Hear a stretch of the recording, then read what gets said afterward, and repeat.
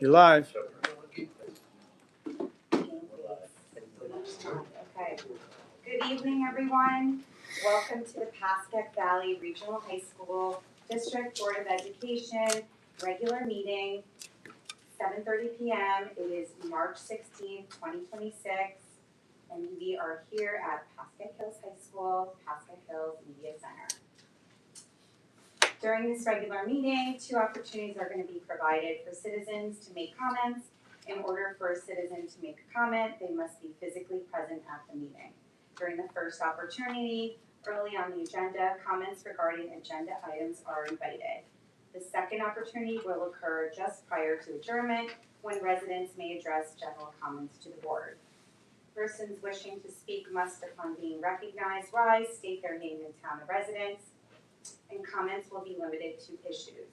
If personal remarks or discourteous statements are made, the presiding officer shall require the speaker to sit down. Okay, we have a call to order and a roll call.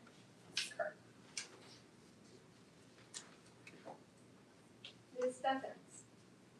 Present. Ms. Calderon. Here. Ms. Guzman. Here. Mrs. Wong. Here. Ms. Keller. Here. Mrs. Martin. Here. Mr. Stankin. Present. Mrs. Varghese. Here. Mr. Weaver. Here. This time, I ask you to all rise for our flag salute and pledge allegiance. I pledge allegiance to the flag of the United States of America and to the republic for which it stands, one nation, under God, indivisible, with liberty and justice for all. Public announcement by the presiding officer. Adequate notice of this meeting has been provided by mailing copies of said notice to the record. Filing copies of said notice with the municipal clerks of Hillsdale, Montvale, Rivervale, and Wilkes Lake, and publishing said notice in the record on July 2nd, 2025. This time we're going to turn to item 4, routine matters. The board president report. Very briefly, I just wanted to thank all of our board members for all of their diligent efforts over the past 2 months. We've been busy serving on several committees, including governance, personnel, finance, negotiation, policies. In other business, on February 24, 2026, Dr. Lily Lau was confirmed as the Commissioner of the New Jersey Department of Education, nominated by our new governor, In this position, she will oversee the state's public education system, leading Governor Sherrill's education agenda. We look forward to seeing all that she will do to advance public education and the achievement of our 1.4 million public students in New Jersey. This time I'd like to welcome our interim superintendent's report. Thank you. I'm going to start off my report by announcing our valedictorian and salutatorians in our schools. At Pascack Hills, our valedictorian is Madison Espinosa, and we have co-salutatorians Nina Indubella and Catherine Glass. At Pascack Valley, our valedictorian is Jolie Ross, and our salutatorian is Ming Yang Chen.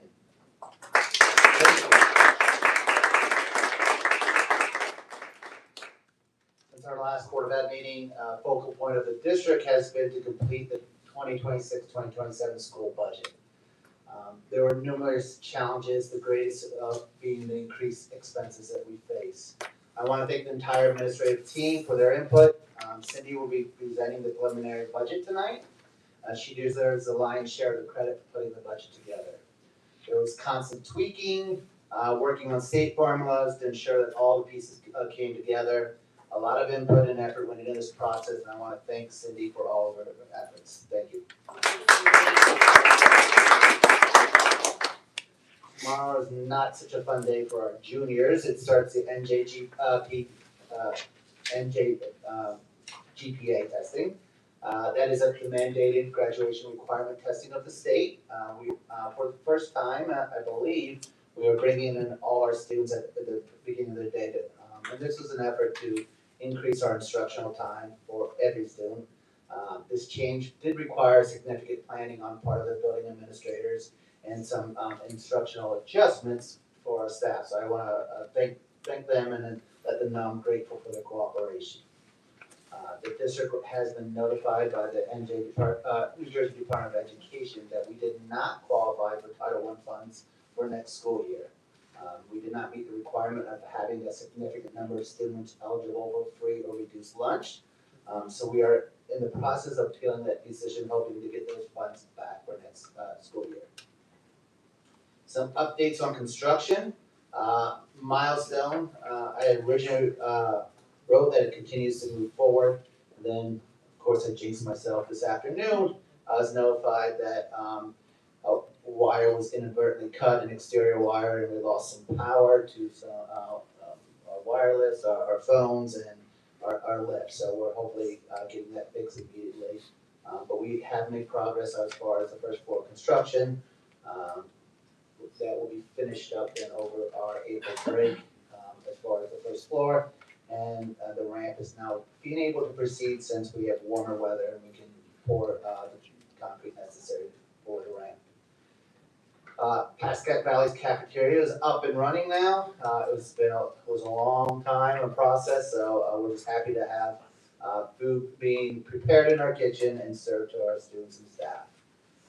Pascack Valley's auditorium is about 90-95% complete.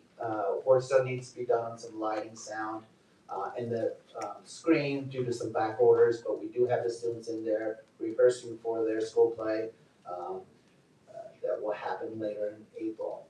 And we've accepted a bid on a HVAC installation room 104 here at Hills. I believe tonight we also have a bid acceptance for a rooftop unit replacement at Valley. I want to congratulate all the winter teams that just recently completed their seasons and for all the successes that they had. And I want to wish the best to our spring teams that are now beginning to have their practices. Probably most of them are indoor based on weathers, but that's typical in the springtime. Both musicals will be occurring shortly. Hills will be performing The Addams Family, and that starts this Thursday. So if you haven't gotten your tickets, please go out and get them. And Valley has chosen to perform Mamma Mia, and that will open up on April 23rd. The Hill Valley Consortium, I think that a coalition will be presenting a project, a show for parents, a workshop for parents called Protecting Our Kids, the Many Dangers of Social Media. That is going to be on April 8th, and it will start at 7 o'clock, and it will be in the Hills Auditorium. You'll be receiving information through our social media on that program. Pleased to announce, very happy and excited, I'm sure the Hills Chamber Choir, because they were selected to perform the national anthem at a New York Yankees game. So that will happen on May 21st, so very happy to see that happening. And as a reminder, we are on spring break, which will start on Saturday, March 28th, and run through Monday, April 6th. And I hope there's plenty of sunshine during that time for everyone to enjoy the time off from school. Thank you. Thank you, Mr. Phelps. On to committee reports. Ms. Martin. Today, we actually met twice, so I'm just gonna very briefly go over our February 5th meeting first. We had our governance and personnel. I was president, Ms. Long was president, Ms. Stephens, Ms. Varghese, Mr. Phillips, Mr. Puccio, and Doreen was also present. We went through our agenda with the personnel. We addressed some parent concerns and emails that we were receiving with some of the coaching. We also got some information on mid-year evaluations, how they were progressing, and what they were looking like. We also talked about some of the Park Academy and Region 2 updates. And then in governance, we kind of talked a little bit about public comment statements, addressing whether or not there was going to be any change in district names, possible proposals for some sponsorships, housing projects, I think that was about it, just that meeting, and then we came up with the tower as well. And then in our March 3rd meeting, again, I was present, well, all the same people were present,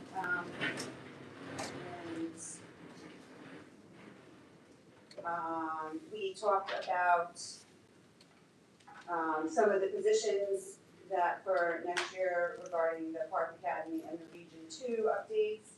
Again, got some updates about, the tenured positions and about governance moving forward. All committee members are being asked to attend meetings, and we're gonna be taking attendance and sharing out the attendance of who was able to make it and if anybody was unable to make it. And I think that was the gist of it. We talked a little bit about the budget and how that might impact this year's personnel. Thank you. Thank you, Ms. Martin. On to finance and facilities, Ms. Varghese. Thank you. So since our last board meeting, we have had 3 finance and facilities committee meetings. On Monday, February 9th, we had our first budget update of the year. Mrs. Kirk gave us the budget update, and she went over how the district had historically prepared the budget. We went over preliminary numbers for the 2026 to 2027 budget. The most impact has been in the healthcare adjustment. There has been an approximately 30% healthcare premium increase in New Jersey State Healthcare Plan, which is a very significant increase, and due to benefit reform laws that were enacted in 2020, the district absorbs even more of those costs now than in the past. This is one of the main reasons for the budget being as difficult and as tight as it is. For many districts, including but absolutely not limited to our district, this means difficult trade-offs and concessions between staffing programs and benefit costs. We also discussed areas of consideration for savings, which historically has not been something we as a district have really had to do. We also had an update on the closings of Region 2 and Park Academy. Then Mr. Phillips gave us an update on facilities where we talked about milestones, the PV kitchen and auditorium, and the upcoming referendum. Our next meeting was on Wednesday, February 25th, where we once again had an update on the budget and referendum. For the referendum, we discussed the preliminary requests, and we talked about getting tours of both schools to better understand the facility needs. Our latest Finance and Facilities Committee meeting was on Wednesday, March 9th. We first had a facilities update from Mr. Robert Donahue about present and upcoming projects. We then looked at the referendum and what the updated request numbers were and solidified plans for the Board of Ed to tour the buildings. We talked about milestones, which is our 18 to 21 program that has grown to 15 students for the 2025 to 2026 year, and we looked at the program costs and tuition. Once again, we went over numbers for the budget, but at that time we were still waiting for the state aid numbers, which we have since gotten. I would really like to thank Mrs. Kirk for the amazing job she has done with our budget. She walked into a really difficult situation and has really risen to the challenge with a fresh set of eyes, and we as a board are very grateful to her and also to Mr. Phillips because he has been there to mentor and help Mrs. Kirk with the years of experience he has under his belt, so we thank you both. Thank you, Ms. Varghese. On to the curriculum committee, Ms. Keller. Thank you, Ms. Steffen. Good evening, everyone. It's nice to see everybody here, and for those of you watching, I'm going to deliver the curriculum technology and instruction report. So the committee met on February 10th. Yep. Yes, thank you. February 10th. So it's been a little over a month, so bear with me here. The topics that we discussed, we talked about PLCs, we talked about regional focused goals, and much of what I'm going to say, you are actually going to witness yourselves tonight in a presentation by Dr. Russo. So stay tuned. We talked about culture and climate and how it's been supported in the schools, such as the multicultural festival that's happening in Hills in spring. Valley was in the fall. We talked a little bit about the beloved community project on MLK Day and Earth Day, learning about our world, which is coming up. We also really want to emphasize an excitement for learning. More to come on that. We talked about technology, the goals that we have for tech, which are about teaching teachers about the apps that are free, apps that are paid, all the different kinds of AI that's out there for teachers to help them with their instruction. We talked about cybersecurity, student data privacy, ClassLink, which rolled out this year. We talked a little bit about building lessons for AI and AI ethics of use. Let's see. We talked about some grants. So we have the AI grant that is now closed. More on that in the presentation. We have a climate change grant out there, biology lessons with preschoolers. Ooh, that sounds exciting. And then we also have a third grant out there. It's the neuroeducation grant, which is how to use brain science to support teaching and learning. We also dabbled a little bit in talking about the rankings, Hills and Valley related exclusively to the AP exams, seniors that took exams, how many got a 3, how many got 3 and multiple. I believe that's going to be in the presentation tonight as well. Thank you, Dr. Russo. And a lot of the information is all the way from 2023. So that's also something to think about when we're talking about rankings. Beyond that, I believe we're going to get a lot more information tonight. So that's what we spoke about. The next meeting coming up is actually this Wednesday, March 18th. Thank you, Ms. Keller. Now on to negotiations, and that is Ms. Barkey. Thank you. So our negotiations for this school year is with the Pascack Valley Regional Support Staff Associations, and we had the 2 negotiation meetings since our last board meeting. The first was on Wednesday, February 11th. During that meeting, we discussed when we last negotiated with the PBRSSA, what the terms of that contract were and what proposed changes we may want to negotiate this year. The second meeting was on Wednesday, March 11th, and during that meeting, we went over the entire contract and what changes we were going to propose in detail. And we hope to have our first meeting in person in the next couple of weeks, I think it is, and I'll have an update on that. Thank you, Ms. Barkey. On to our student reports. First up is Stephanie Young from Pascack Hills. Okay, hi. So for classroom items, classroom item number 1, on March 5th, 2026, French classes had the opportunity to go on a trip to Quebec, Canada. At the Vibrant City, students practiced their French speaking skills, appreciated cultural dishes, and explored various landscapes. Students enjoyed their time snowshoeing, snow tubing, and curling with one another, eating at a maple syrup farm, and even traveling to the mall to go ice skating and try the Canadian classic poutine. Overall, this trip was a great experience for the kids to enjoy the winter landscapes and cultural dishes all across Quebec. Classroom item number 10. In the honors ceramics course, Ms. Rossi advised a field trip to the Thrive Senior Living Center. There, the students taught and honed their elderly pottery skills. The art therapist at Thrive led a talk for students and senior residents on the art, historical, and religious significance of Hamzas. The students then worked with 30 residents to create Hamza wall hangings out of clay. The students guided the residents in shaping the form from a slab of clay and using ceramic techniques to attach decorations properly. The trip was a major success with students and residents building community connections through art. Co-curricular items. Co-curricular item number 1. On Saturday, February 28, 2026, students traveled to the Princeton Science Bowl competition where they competed with one another across the region. Questions varied for biology, chemistry, electricity, physics, environmental sciences, mathematics, and astronomy. To practice for this tournament, Ms. Mack allowed students to practice after school in their classroom in trivia-style mock competitions. Co-curricular item number 2. Throughout these last couple of weeks, team learned to collect extra shoes to provide fresh, clean water in Burkina Faso. Students tried to reach 800 shoes to accomplish this goal by placing bins across the school until March 3rd, 2026. On March 5th, 2026, students were featured in the news where they pitched at a Shark Tank event at Fairleigh Dickinson University, winning money for social entrepreneurship projects to benefit African and South American communities. Following this, team is looking forward to other plans. Upcoming this March, March 20th, 2026, team is searching for those interested in attending the benefit dinner that will be posted on Northern Highlands. Here, students will have the opportunity to dress up and raise money with raffle baskets.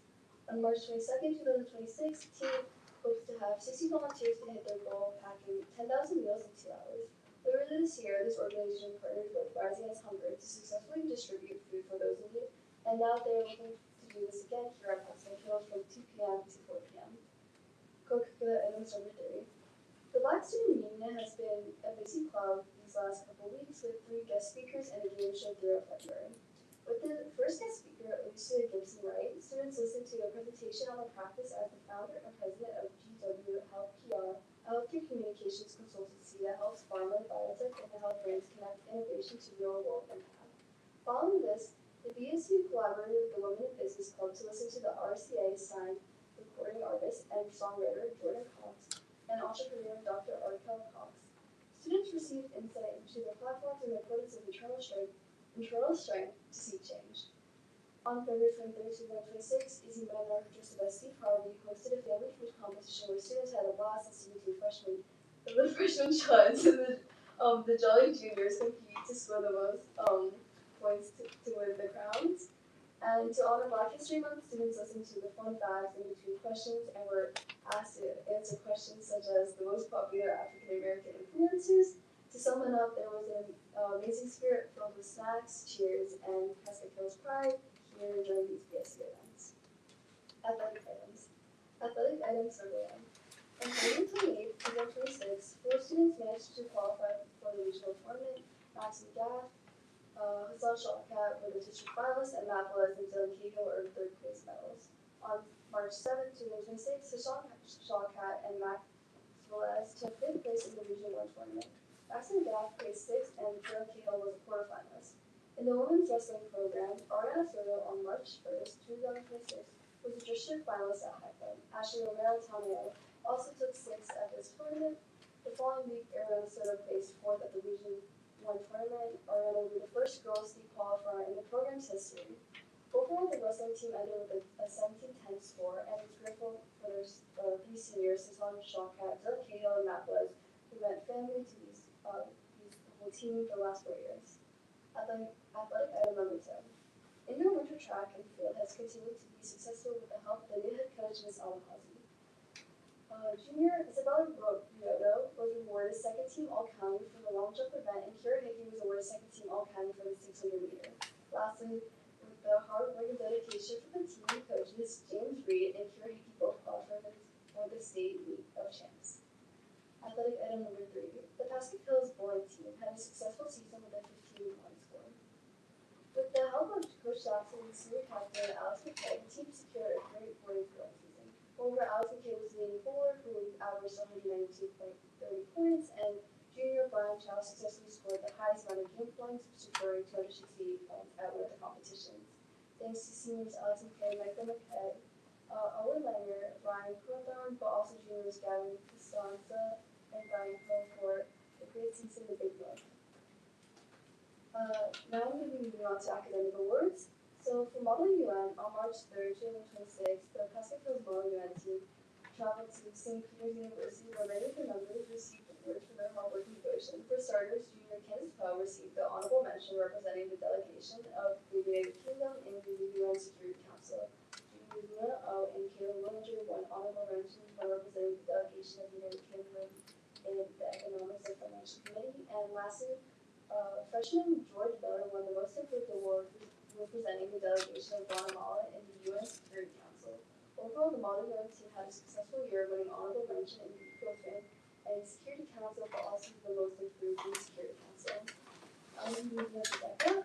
So, on March 3rd, 2026 through March 5th, 2026, 7 students had the opportunity to attend the DECA trip to Atlantic City to compete at a statewide competition to qualify for awards and international awards. And so the Pascack Hills DECA team was fortunate enough to have 12 members moving on to the DECA International Career Development Conference. Specifically, we wanted to recognize seniors Valsa Adams, Ali Palmer, Stephens, and Kyle Hanna, and also juniors Bella Islam and Ethan Murphy, and also sophomores Ethan Peru, Gabrielle Spinack, Ariana Crab and Noah Kaufman, who did a fabulous job winning the colleges and awards in their categories. And for debate, in the Northland Highlands High School debate on February 25th, 2026, Justin Yu won second place speaker award at the school. And in addition, Zara Islam and Lauren, but also Justin Yu and Balza Isaac were undefeated, winning all their debates during this competition. And there's going to be another TV debate that's going to be on March. Wait, sorry. There's going to be there was two JV debates, February 26, 2026, and also March 11, 2026, and the last varsity debate will be held here at Pascack Hills on March 25th, 2026. So also the last award goes to STEM League, and Pascack Hills won first place in the STEM League competition held at Bernard High School. These students competed in a circuit car competition where they had the limited materials to construct their road course and were judged with engineering, drawings, documentations, and final presentations. And so for my fun fact is, why shouldn't you borrow money from a leprechaun on St. Patrick's Day? Because they're always a little too short. Thus concludes our report on the Board of Education for March 2026. Thank you, Stephanie. On to Pascack Valley High School, Madeline. This is Valley's monthly report, starting with classroom items. Classroom item number 1, to recognize the nation's 250th birthday, the History Club has planned a series of events. The club started with a special presentation inviting in a real-life Ben Franklin reenactor. Both Pascack Valley and Pascack Hills History Clubs collaborated on this event and had a great afternoon learning directly from Ben Franklin. Classroom item number 2, Mr. Siraji and Mr. Jasper combined history classes to discuss the following environment. Over 100 students listened to Dr. Chris Jacob answer questions and provide historical perspective from Iran and the Middle East. Dr. Jinta, with input from Jasper and Siraj and Mr. Orlak, helped focus attention on what happened and speculate on what might be expected over the next few days and weeks. Classroom item number 3. Stephanie Villanueva, a member of the Pascack Valley Spanish National Honor Society, was selected to receive $1,000 for the Lee NJ Senior Scholarship. He demonstrated a high level of proficiency in language and was selected with other outstanding well-member students throughout the state of New Jersey. Co-curricular items. Co-curricular item number 1. On March 6th, the Executive Council hosted the annual blood drive. We had many juniors, seniors, and faculty members who donated blood for our community. PV has been hosting the annual blood drive for 20 years, making the largest blood drive in New Jersey. So thank you to all who donated. Co-curricular item number 2. Members of the Pascack Valley National Honor Society went to Meadowbrook Elementary School to help celebrate Read Across America Week. The National Honor Society members went to class and engaged with the elementary school students with new learning activities to spread the joy and importance of reading. Co-curricular item number 3. Christian Lindstrom is presenting a Buzz into Beekeeping on April 11 at 10 a.m. in room 122 at Pascack Valley High School. For any resident from Hillsdale or Brookville, participants will learn about honeybee biology, basic beekeeping, and the healthy option of using PV Club bee suits and going into hives and observe the inner activities of the honeybees. We are looking for residents, students, or faculty that are 12 years or older, and a valid driver's license is needed for adults to sign in that day. Co-curricular item number 4 is the PV Theater is pleased to announce that we've successfully returned to our newly renovated auditorium as the company is currently in active rehearsals and set construction for our upcoming production of Mamma Mia. Tickets and additional information are available at www.pvhstheater.org. And one of my friends will be there. Amazing, so I know it's going to be co-curricular number 5 is congratulations to our PV STEM League team for their incredible performance at Bernard's High School STEM League Challenge. PV competed against 11 other NJ teams to secure a second place finish. Congratulations to Greg Burdett, Abby Comer, Lila Zogoff, Andrea Graham, Wojciech Petruski, I think, for this remarkable accomplishment. Thank you for all of your continued support, and thank you for your support for funding our trip and transportation. We have to travel with Hill, so it was really fun. Plus right back. Athletic items. Athletic item number 1. The Pascack Valley wrestling team has had a record-setting season. They were the TCNJ Pride Tournament champions, the league champions, the Big North Dual champions, the BCCA County Tournament champions, the NJSL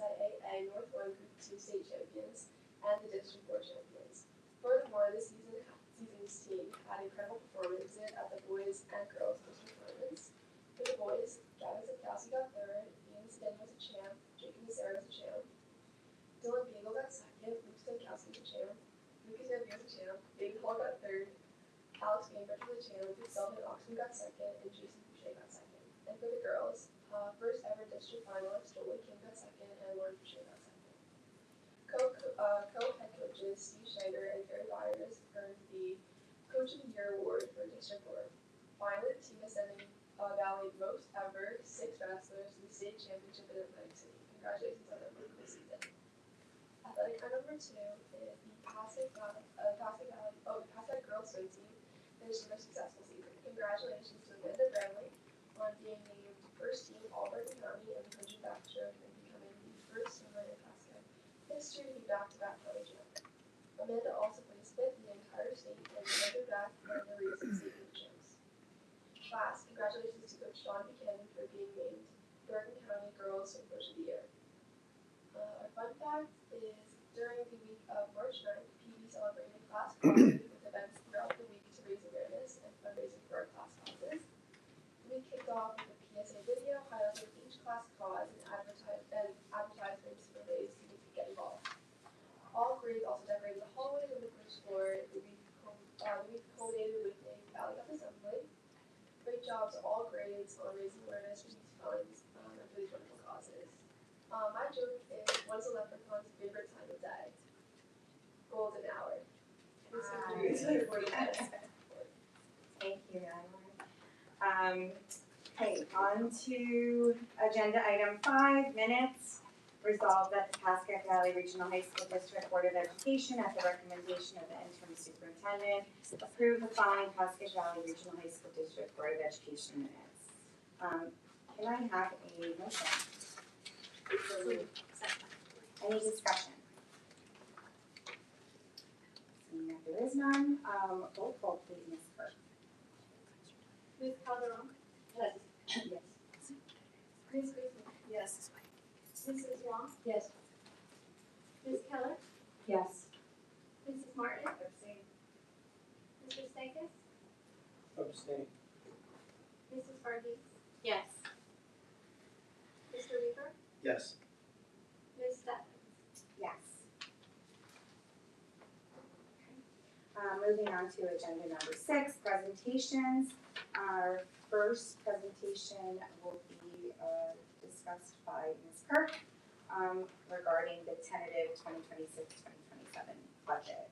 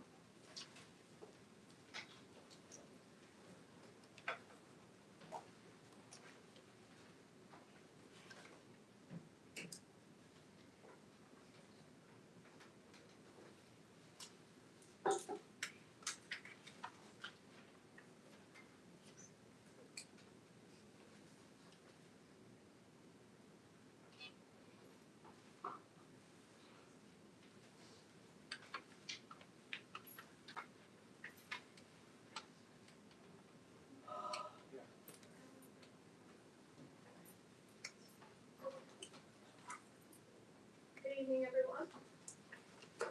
Tonight I'll be presenting the 2026-2027 tentative budget.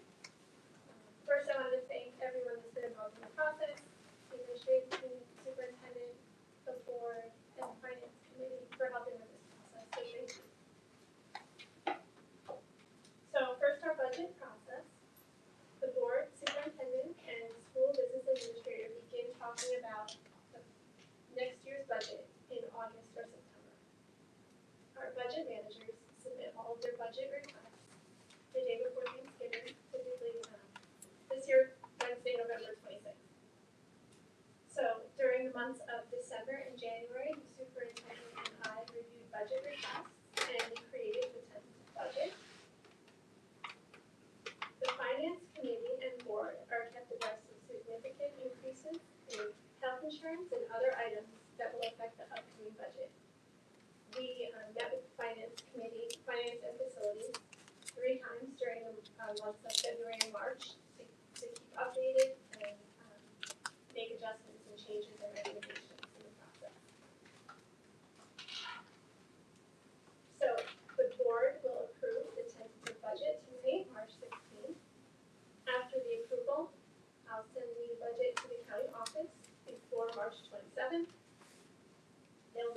budget, and we will have the final budget hearing on April 27th for Board of Ed vote.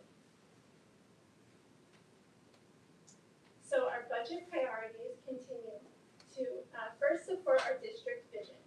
So our district vision is to create a culture of innovation, inquiry, and individuality that promotes achievement and choice by cultivating the skills needed to compete and collaborate as ethical and responsible global citizens.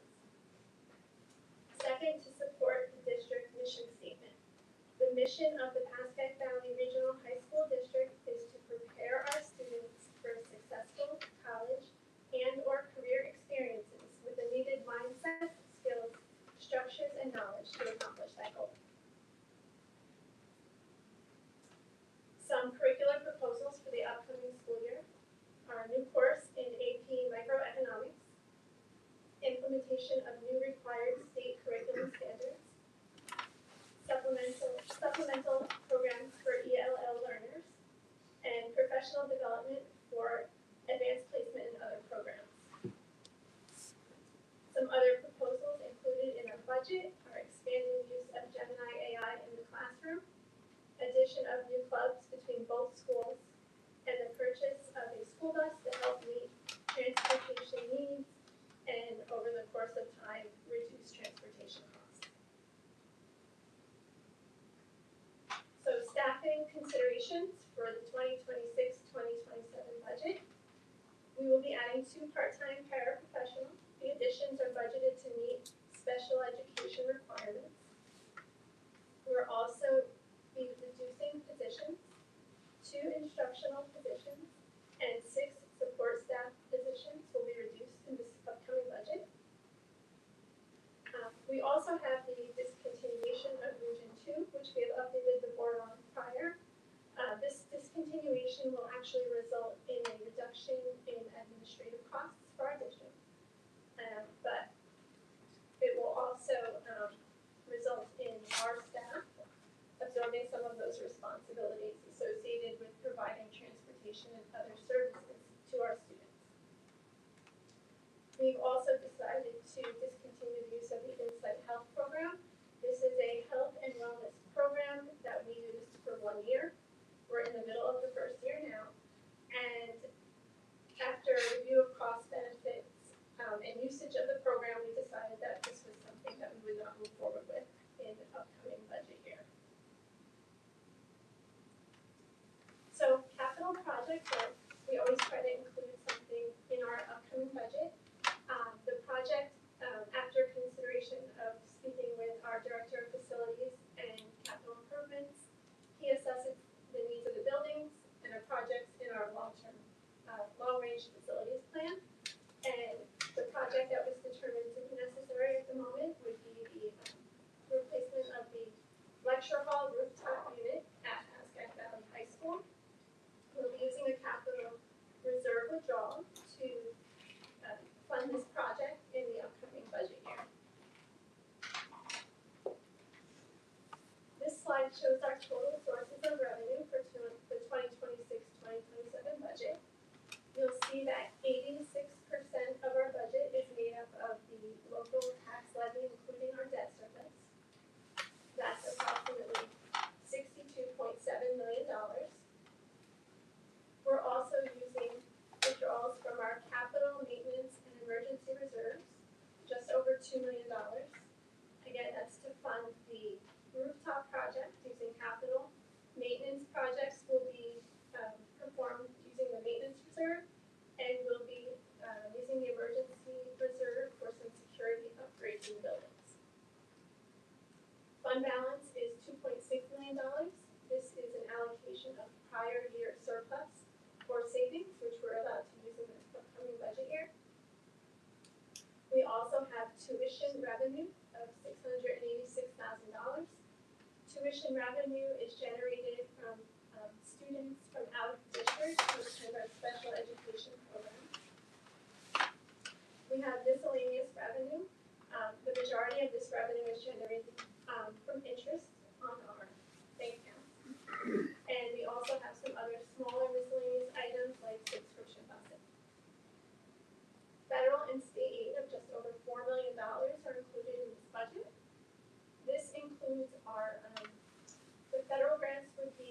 IDEA and ESEA. We use IDEA typically for tuition for special education students, and ESEA funds are used for professional development and other smaller needs.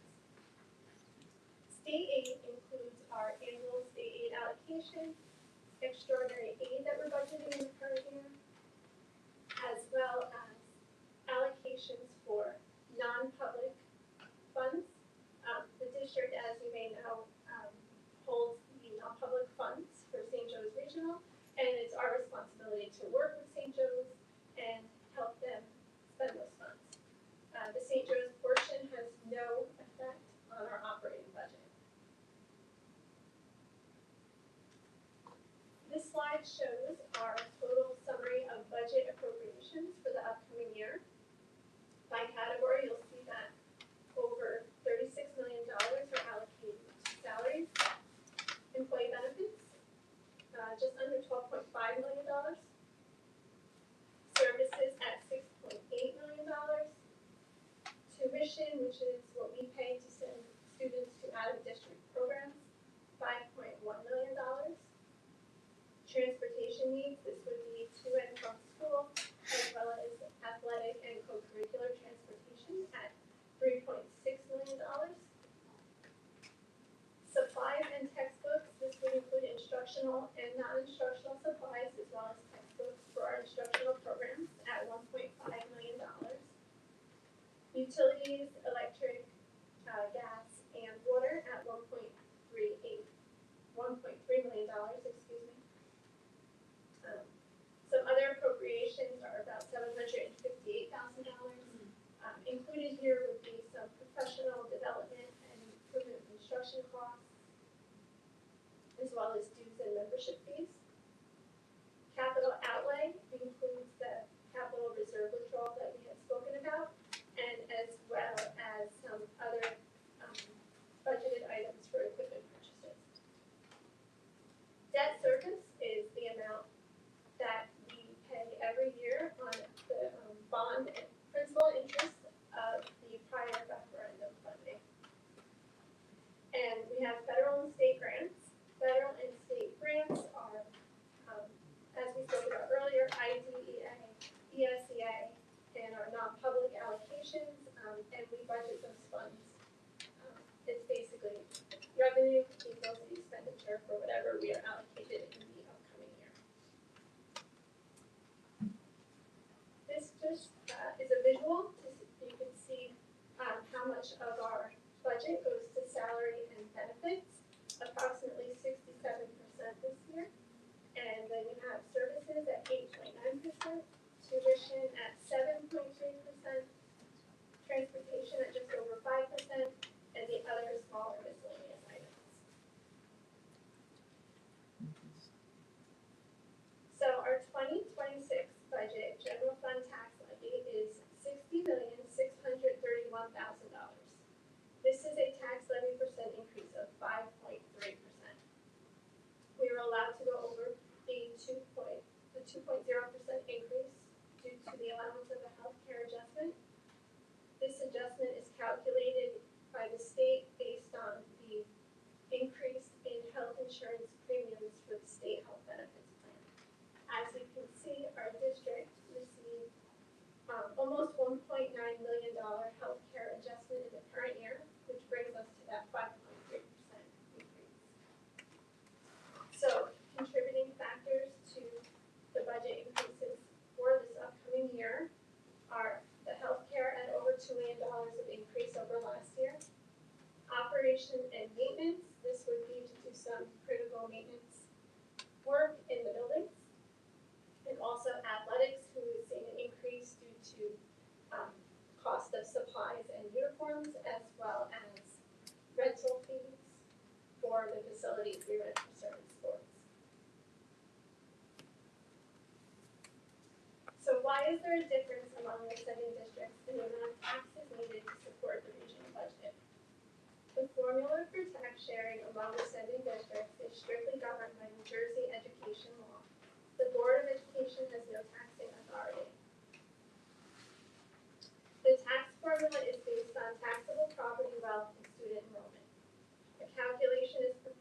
each year by the state to arrive at the municipality's tax levy. It's 12% share. Total tax levy for the upcoming budget year is $62,709,000. As you can see, the municipalities have their allocated percent share and the corresponding percentage dollar amount of taxes. Hillsdale at just over 23% share has just under $14.5 million of tax levy. Montvale at just over 28% with $17.6 million. Riverdale just over 26% share at $16.3 million. And Woodcliff Lake at 22.7% share with $14.2 million. Overall, when you include the debt service in the total tax levy calculation, the overall increase is 5.11%.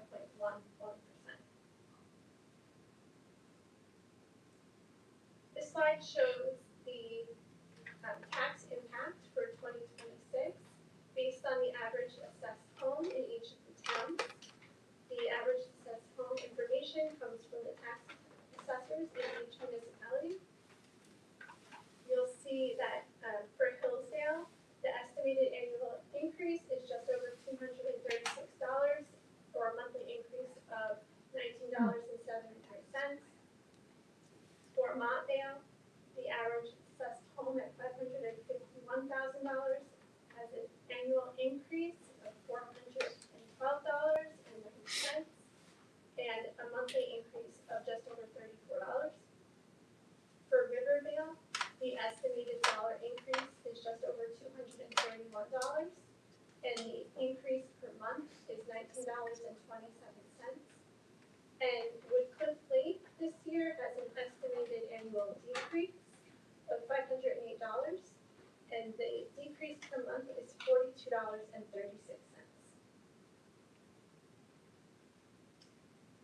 This slide shows the fluctuations in percent share and how it affects the annual increase or decrease for each of the towns. This is an 8-year history showing the fluctuations.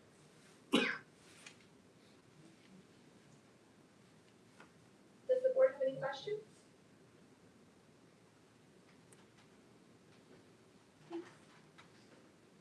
Do you have a breakdown of the percentage for tax and bank cap and what the percentage is for the insurance adjustment? Or were those percentages broken down? The percentage for the increase on the health insurance? For the overall tax increase?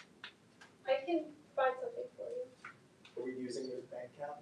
No, we do not have bank cap. Okay, so, and we're going to 2%. Correct. Yes, we're over the 2%. And then the balance is the healthcare adjustment. Correct. So the healthcare adjustment allows us to go above the 2% to the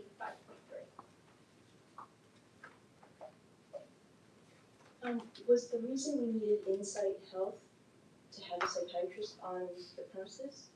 And the discontinuation of that sounds like our guidance counselor staff is sufficient? Is that what I can conclude from that? Sir, do you want to? Yeah, I'll do that. So Insight Health was brought in, was technically brought in this year. We use it for students who have a greater therapeutic needs. So in years past, that has been handled in-house. Part of bringing Insight Health in was also to use them for a portion of their time at Park Academy. So without having Park Academy here, that comes some of its costs. We're looking to then go back to what we did in the years past of have our counselors, our wellness counselors, perhaps our child study team members meet with students who need a greater therapeutic needs. I know one of the benefits we had for bringing them in was to get, when we had to send students out for evaluation, they did a quicker turnaround than what we've had in the past. But it's something that we're gonna have to work on going into next school year. Thank you, that makes sense. So when Montvale residents look at this, obviously we have fluctuations every year. They're gonna see a much more significant increase than any other town. just for, I guess, their informational purposes, how much was cut from the budget? Like when you review on the slide, you had positions that were eliminated. When you add up all of the reductions versus what was added in, what's that net number? If I'm understanding your question correctly, so our initial budget was all requests. When we did a very initial compilation of the requests, there was $3.5 million that needed to be reduced in the original budget. So the staffing reductions coupled with the health insurance adjustment allow us to get to a balanced budget. So I guess my question is, the requests are what were in addition to the previous year's budget? Would you like me to provide a list of the specifics of the increases that caused the increase? Yeah, that'd be great. Okay, Thanks. sure.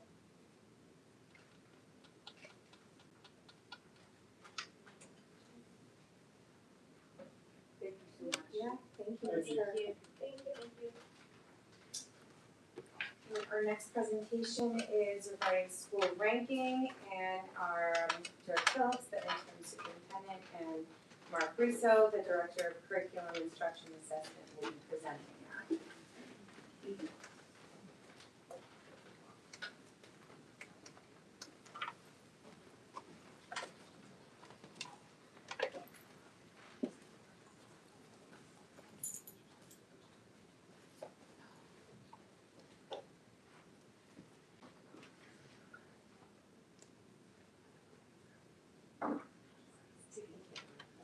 Mark, are you in? Okay. Okay.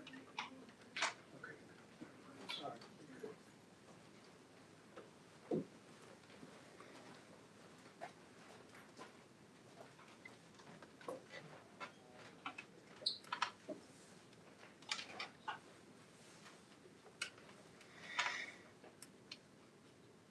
Thank you to Mr. Phillips and the Board of Education for the opportunity to speak this evening about a couple of important issues. I recognize this is a longer meeting, so I appreciate your patience as we do have some important topics to discuss.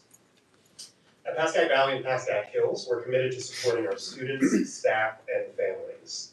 And part of that commitment requires that we utilize a data-driven approach to inform our practices. Tonight, we'll discuss two sources of data, school rankings and chronic absenteeism numbers, and discuss how we're using this information to strive for continual improvement. One of the more recognizable school rankings organizations is U.S. News and World Report. And while they might be most famous for their college rankings, they also rank high schools. In the most recent edition of its rankings, Pascack Hills came in at number 59 in the state of New Jersey, and Pascack Valley landed at number 61. In order to understand what these rankings are saying and what they aren't, I'd like to provide a bit of context, then discuss how we are processing and responding to these data. First, it's important to note that these lists include selective, magnet, and charter schools, which utilize competitive admissions to enroll high-performing students in across entire counties or cities.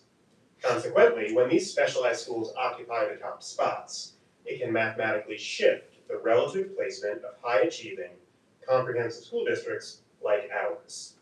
Roughly half of the schools ranked higher than Hills and PV fall into this category. Second, the data that fed this most recent set of rankings, as Ms. Keller mentioned earlier, came from 2022-2023, and only that year's senior class. So these rankings have a significant lag, and they do not represent the full breadth of student performance, even from 3 years ago.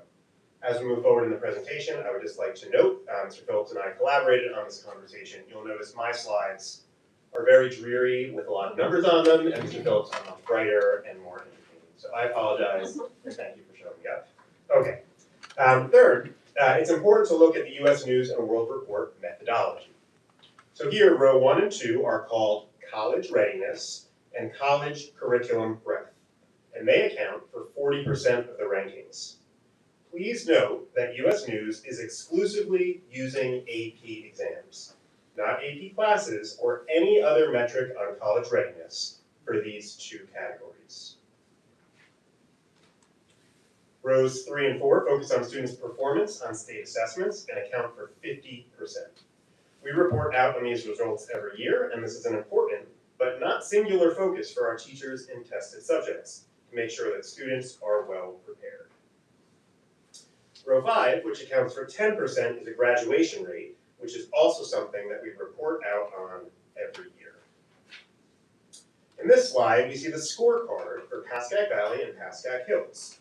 In order to better understand these numbers and put them in context, we compared our performance with our regional high school district peers, the two Northern Valley schools, Northern Highlands, Riverdale, Westwood, the two Ramapo Indian Hills school districts, or schools, as well as several additional peers, Ridgewood, Ramsey, Park Ridge, and Norwalk.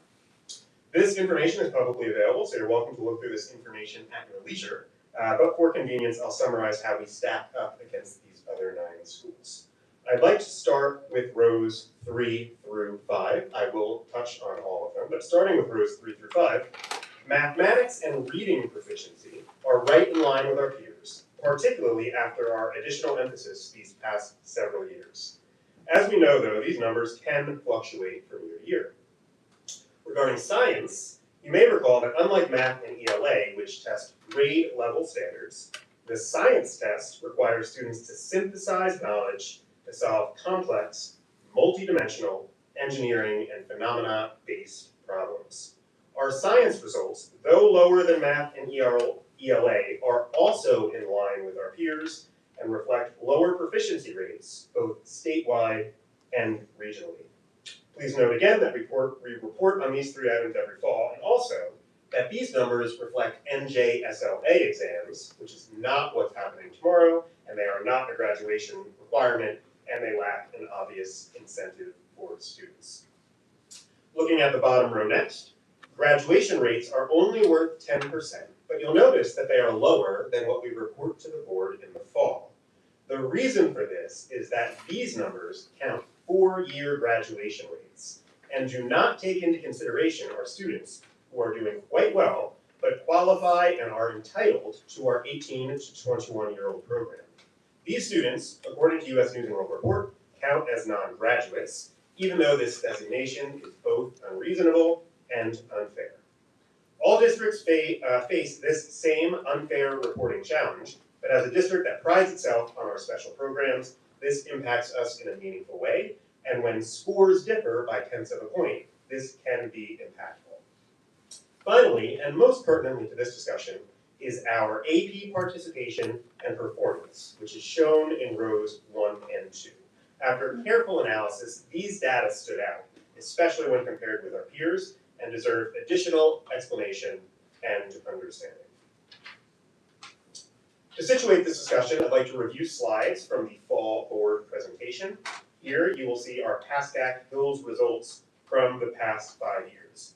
Please note that these data include all students and not just seniors.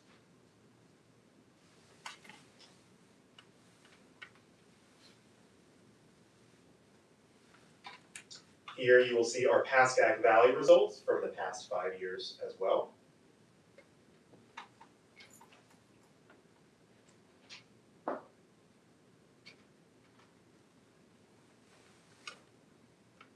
There was a little bit of a blip after COVID with AP exams becoming significantly more accessible, but with that exception in 2021, I would argue that students' performance has remained strong or improved, and the number of students taking an AP exam has either increased at Hills or stayed strong at PV. So then what is going on? I will point to 2 things that stand out, maybe not in their own right, but at least in comparison to our peers. The first one is the number of AP courses we offer, and the second is the number of students who take AP courses or AP exams. I didn't skip to that one, so I'm going to go here next. Great, thank you. On this slide, you'll see that we offer 27 AP courses. This list compares well to our regional peers, but there are some courses that we do not offer that many or some of our regional peers do. The three most common are computer science principles, psychology, and microeconomics. Why don't we offer these three at the moment? Computer Science Principles is an introductory course, and we made the decision several years ago to instead offer a mobile app development course with the hope of appealing to a larger group of students. At the same time, we used our limited resources to also offer an advanced topics course to appeal to our strongest programmers who had already taken AP Computer Science A. The second one was psychology. Regarding psychology, we decided to offer a dual enrollment course with Ramapo for honors psychology, and this partnership has been quite successful so far. Our course is more of an applied psychology course, and we currently have 154 seniors enrolled, which is more than a third of our total seniors. The third course is microeconomics, and this has already been discussed. Our intention is to offer microeconomics in the fall.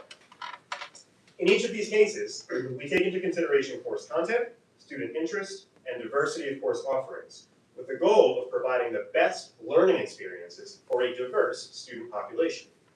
Part of this commitment to meaningful learning experiences involves offering explicit college-level experiences, and while AP courses partially serve this goal, even though they're the only indicator used by US News and World Report, we have also invested heavily in dual enrollment offerings.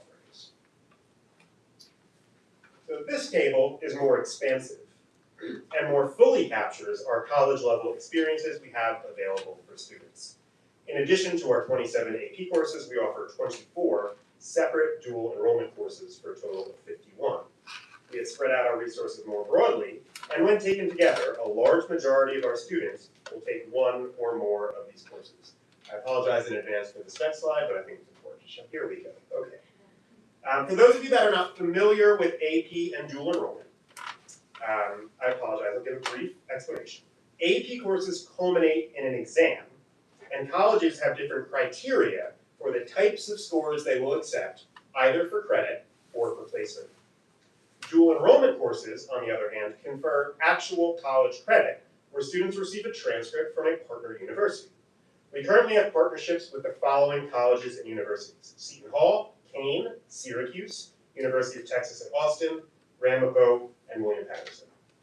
You'll notice in this slide, which was compiled by our supervisor of counseling, Dr. Sean Strunsis, some information about local and regional or national colleges and universities that our students tend to apply to.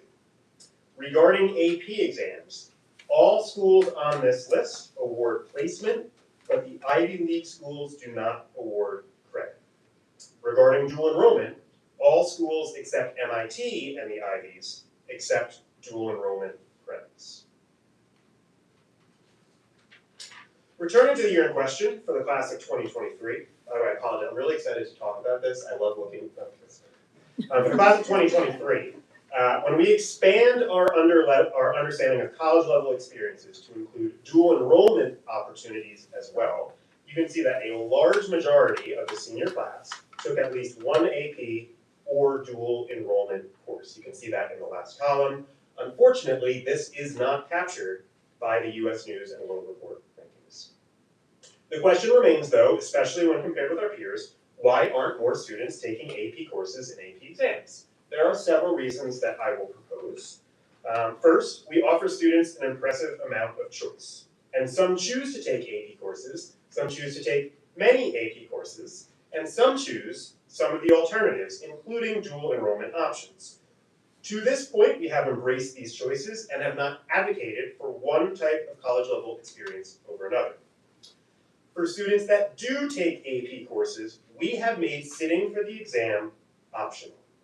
We highly encourage students to sit for the exam, and the vast majority of students do, but some do not, as can be seen in this table. Finally, as was mentioned before, we have made some strategic decisions about which courses to offer and when to offer alternatives. AP offerings are an important subset of the choices we provide to students, but we like to think we have many other courses that are also valuable for our students. In practice, then, for students who are on the cusp or may want a college-level course but have reservations, some may choose to take an AP course but not an exam, or they may choose to take a dual enrollment course or courses instead. Just a moment. Fun. How does this impact our US News and World Report rankings? Our numbers in rows 1 and 2 are lower than they would be if we placed a heavier emphasis on AP courses and sitting for AP exams in particular above their alternatives. Encouragingly, our students who do take AP exams tend to pass.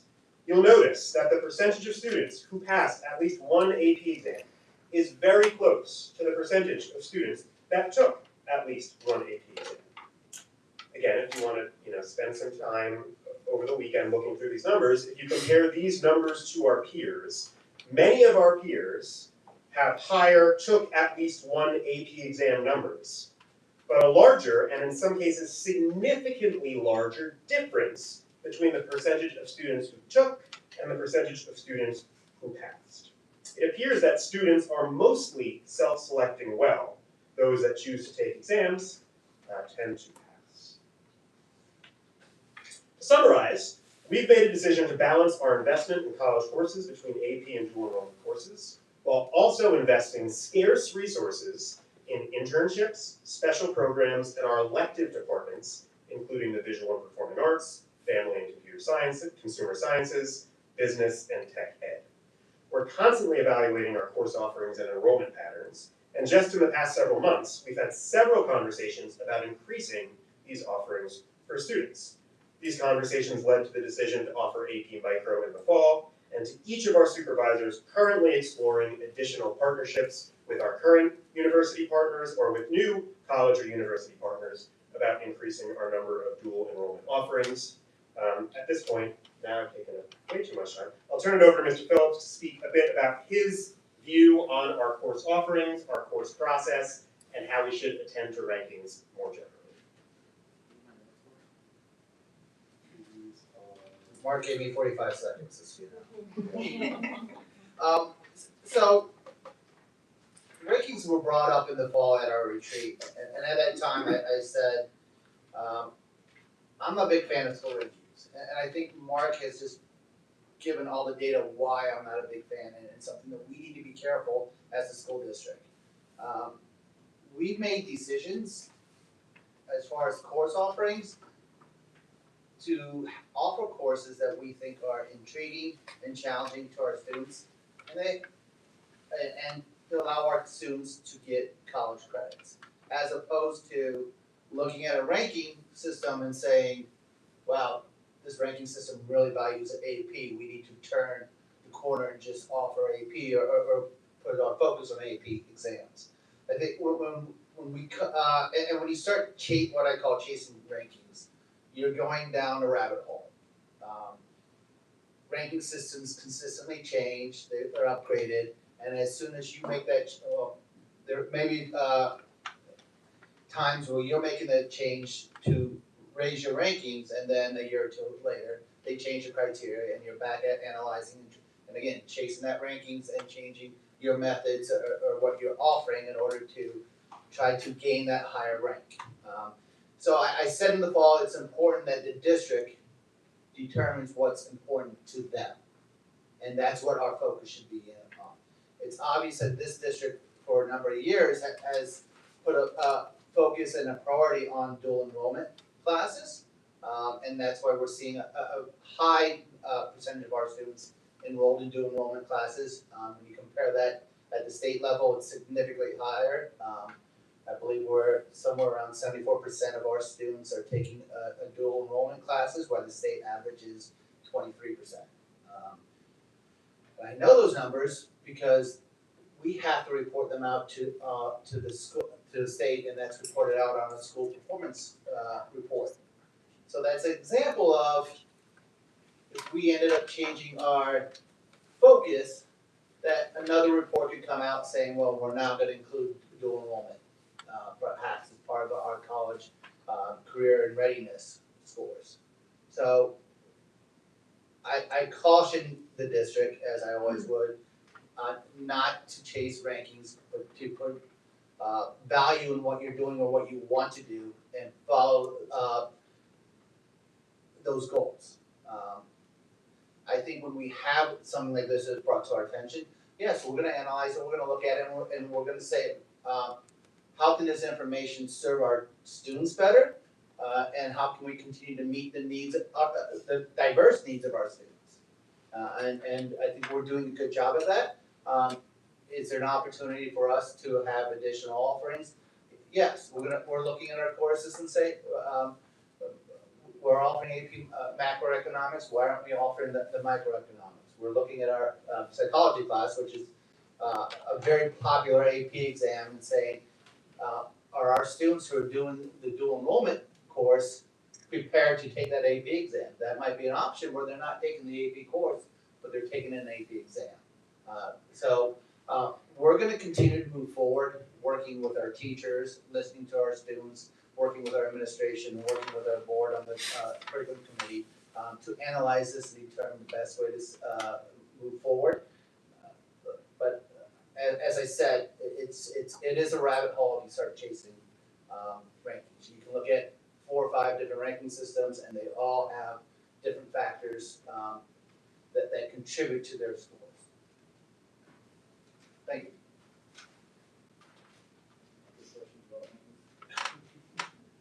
Before we transition to talking about chronic absenteeism, any questions? So I know a few years ago was when taking the AP test became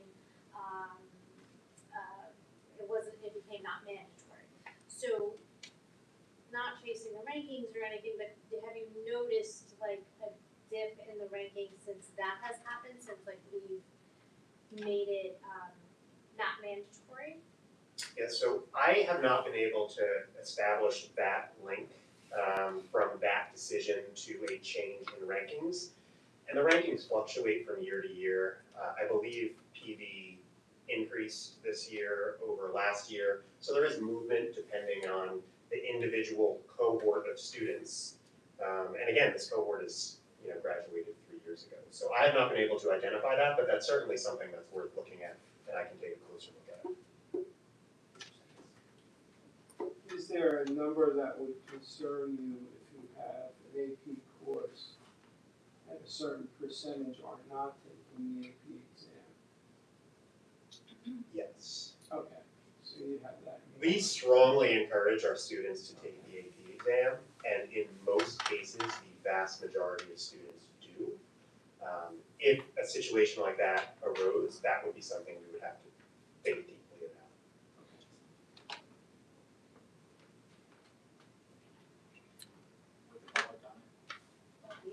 You have to wait for public comment, sorry. I have a question, I have another question, or a statement actually. So, just to put into context the dual enrollment part of everything, as my child is in college now, and I think I didn't fully appreciate, and you and I had talked about this the other day, how much dual enrollment, like how important that is, just because when we looked at her AP classes, and the AP classes she was taking, some of the colleges were like, oh, that's great that, you took the AP class or you passed, but like, you still have to take this class or whatever, that doesn't like transfer over. But like dual enrollment seemed to be just so much more, I don't wanna say important, but it mattered to the colleges more. And I just found that to be such an interesting, eye-opening thing, because then my daughter she said to me, hey, listen, like there are kids who took dual enrollment and they have like a couple of classes below their belt already, or in their belt already. And I just thought that was really interesting as a parent to have to see that. So now my perspective on what my son is gonna take next year, like as a senior, is a little bit more different in the sense of like, what can you take, that's gonna give you dual enrollment. So I just found that like super interesting. But a question I don't know that you have the answer to would be, do colleges look differently at dual enrollment? Are they like, yeah, you're not spending your money with us?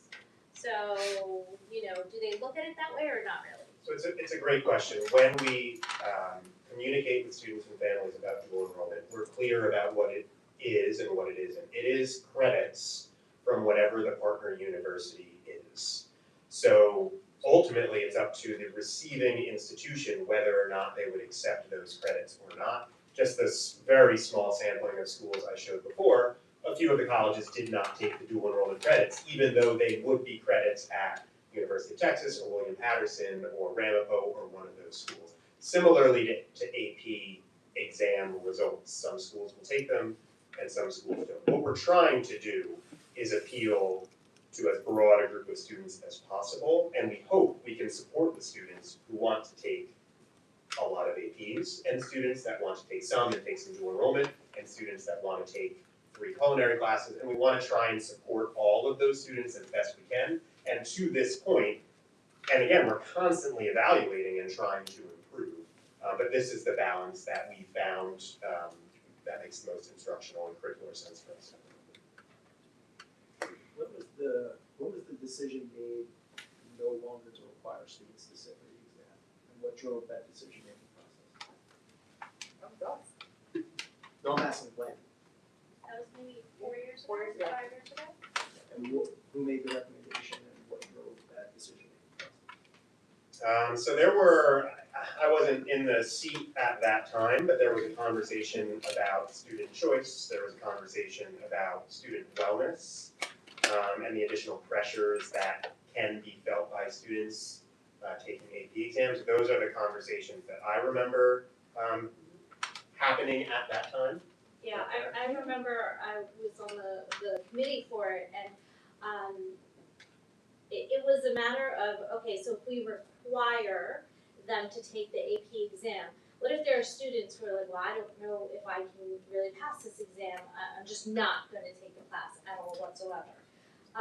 So the hope was that it would encourage students without this extra pressure, that they have to take the exam, but yet that they would still be prepared to take the exam. I don't know, obviously the numbers of who takes, who doesn't, blah, blah, blah, that sort of thing.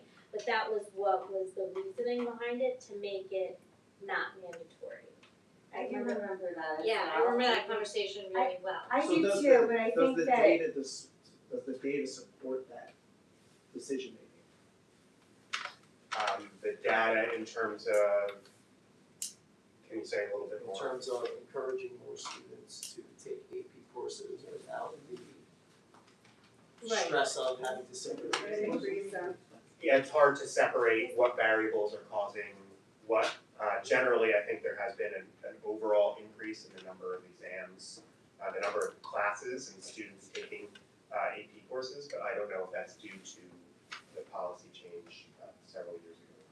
But does that say fewer students are taking AP? So this is Pascack Valley. This has remained fairly consistent. The number of exams has gone up, and then at Hills, there's generally been not a large increase, but there's been an increase in students, particularly if you allow 2021 to be a little bit of an average year. So Valley's remained mostly steady. Hills has generally increased since 2022. But with that said, we also need to realize we've had decreased enrollment at the same time. So we're seeing more students taking AP exams with a decrease in enrollment. So when we go back 4 or 5 years to when all students were required to take it, do we have the data on what the percentage was of what the pass rate was?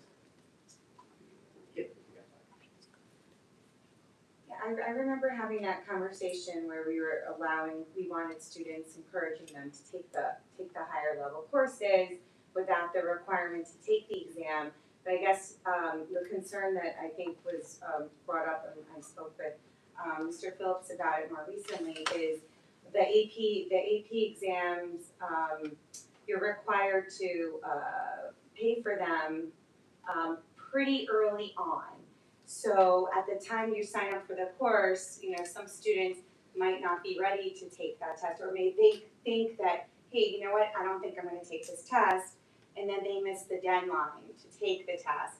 And then while they go through the course, they might decide, hey, you know what, I think I wanna take it now, and I might be ready to take this test, they've already missed the deadline. So I think that's something to consider as well, in looking at, while we're looking into this some more.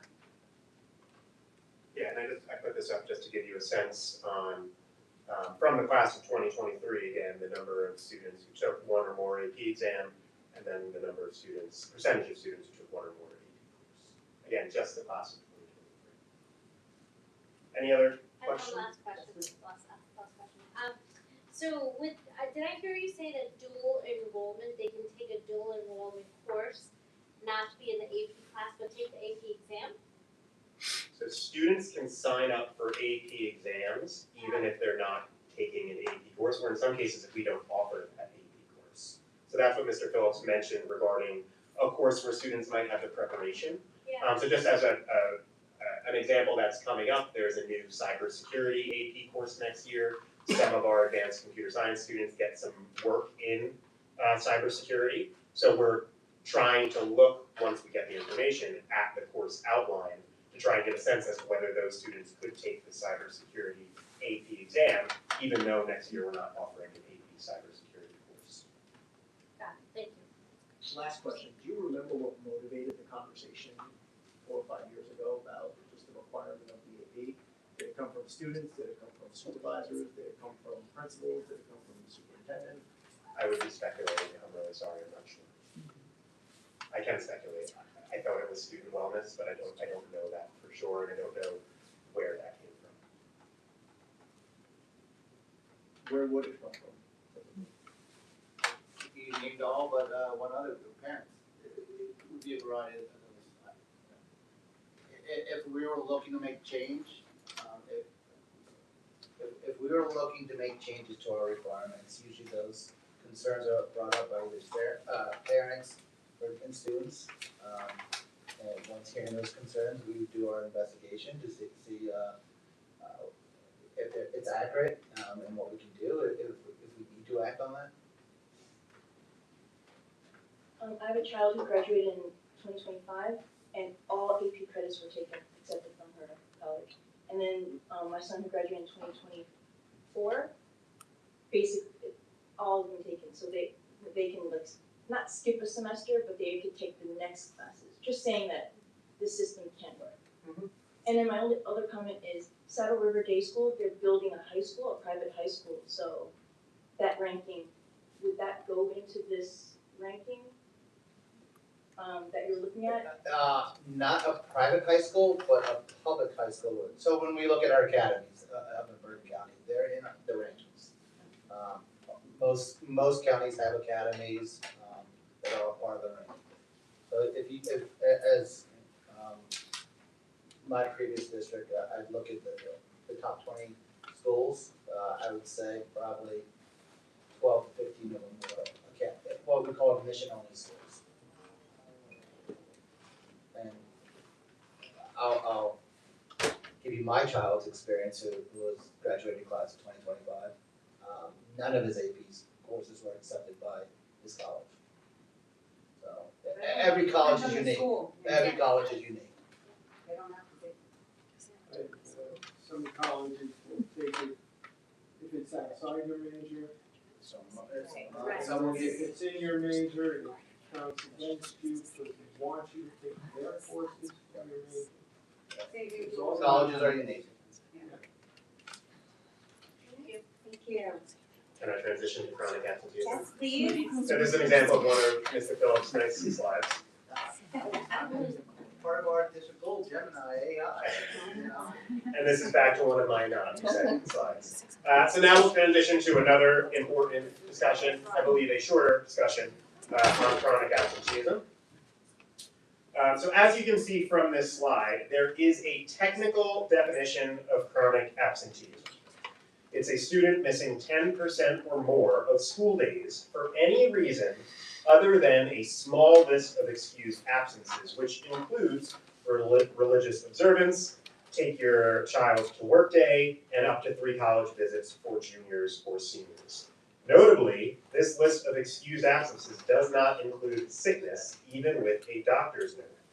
Again, students might be excused from class, but a doctor's note does not excuse an absence for state reporting purposes, and that's what we're talking about here. Chronic absenteeism for state reporting purposes. Again, class absence, different from school absence. If a student is present for less than half of the instructional day, they are marked absent for the day, even if they attend some of their classes. On this slide, you will see our chronic absentee numbers for 2024-2025. You'll notice these numbers are too high. In order to get a better understanding of what's happening, we did another deep data dive, administered a parent survey, held school-based meetings, and made recommendations in a district-based meeting with Mr. Phillips. So I'm gonna highlight some of the information that was gathered from the parent survey, which was completed in mid-February. So we wanted to get an idea of how many days our students are basically absent up to that point. Any number that's appearing in the blue or red, they're on track, they're in a good zone right now.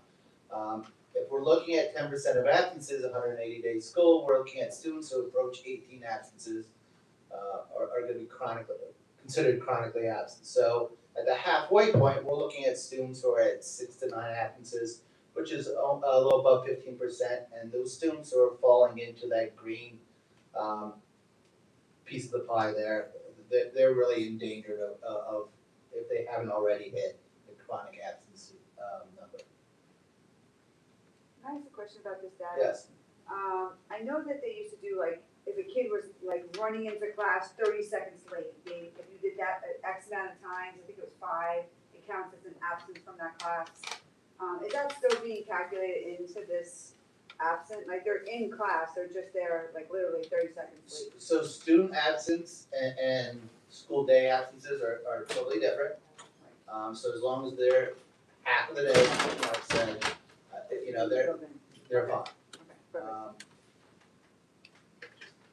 What's also interesting about this survey is we received 108 responses, which is a lot for a parent survey, so I'm very happy about that. So when we looked at the top 3 reasons for absences according to the parents, health and illness, which makes sense, 87% said their child was absent 1 or more days because of that. I was a little surprised by the second response, is family vacation. So we had 16% of our population said that their child was absent 1 or more days because they went on family vacation. And then the last is mental health or emotional stress. Anything beyond that was less than 10%. What I'd encourage families, certainly if you're planning a family vacation, we do have breaks, but also please take a look at your child's performance, their grades, their credits, before finalizing those plans. If attendance or grades are an issue, try to schedule around the school calendar. And I thought this was a very important question because we want to make sure our students are coming to school and are comfortable here. So overwhelmingly, it's stating that students do feel safe at school. They are engaged at school. For the most part, they are comfortable asking for help, and at this age, they're motivated to come to school. What's a little concerning to me a little bit is the set of third bars. We do have a little higher percentage of students that are being reported out that are not so comfortable asking for help, and I think that's part of our job is to teach some more self-advocate skills to our students, so when they are struggling or having difficulties, they know how and who to reach out to.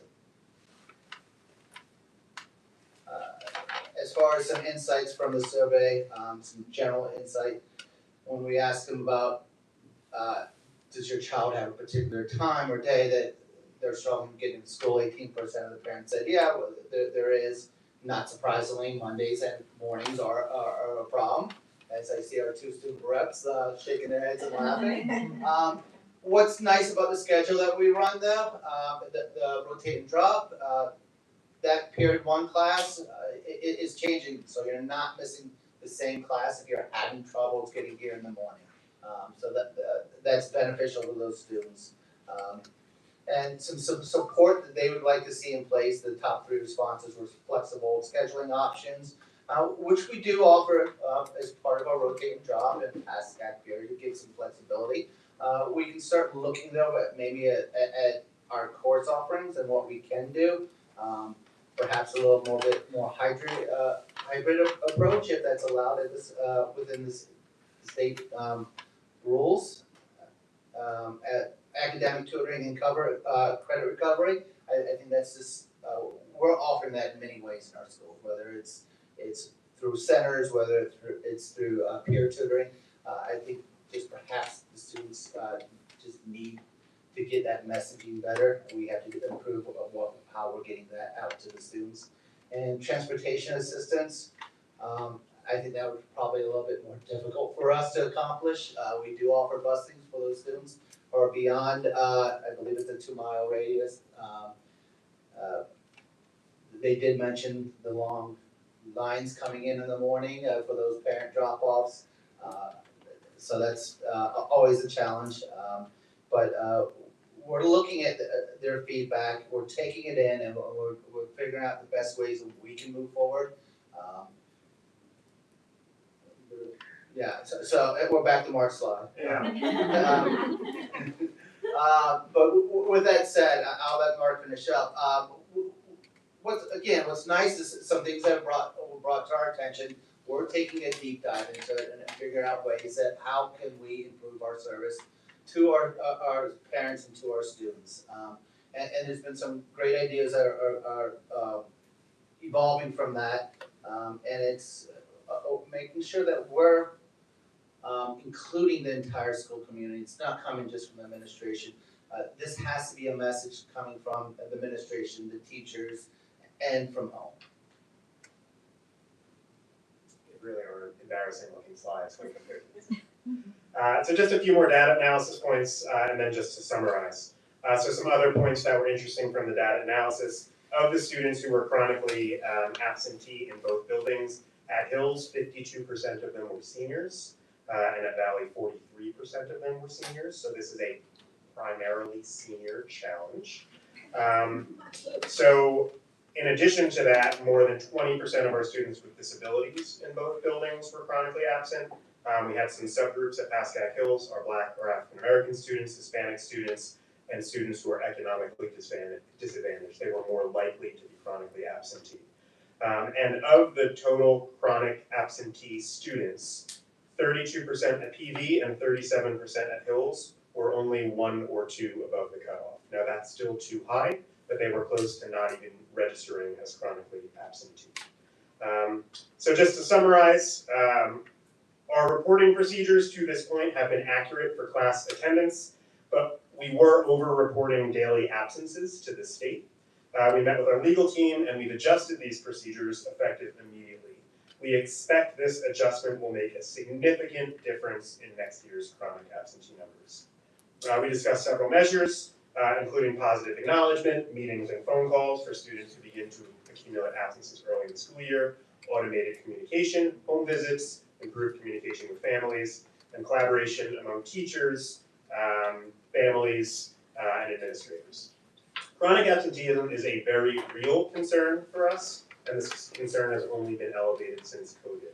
Our expectation, though, is that with our updated reporting methods and supports, and the support of our families, that we will be able to make progress at reducing this number with the ultimate goal of getting students in class as much as possible. Does anybody have any questions? Yes. You said we were over-reporting. Can you explain that? Yes, so there was an older, I don't know how you would describe it, best practice. Well, I think the state definition. So the state definition at one point was that students needed to be present for 4 out of 6 hours, and so that would mean 1 in the morning and 1 in the afternoon. But that guidance has been updated, and we checked, and it is now at least half of the instructional time. So if a student came at 10:15, we would mark them absent for the day. And that was, we will not do that moving forward for state reporting purposes. Mr. Shanks? Yeah, didn't we have a breakdown of students who are members of clubs or sports or other activities and their absentees? Yeah, that's an excellent question. They'll get there because they're not eligible to compete if they're not. Yeah. Well, I bet. For sports. Yeah, for sports. Right, yeah. Ms. Martin?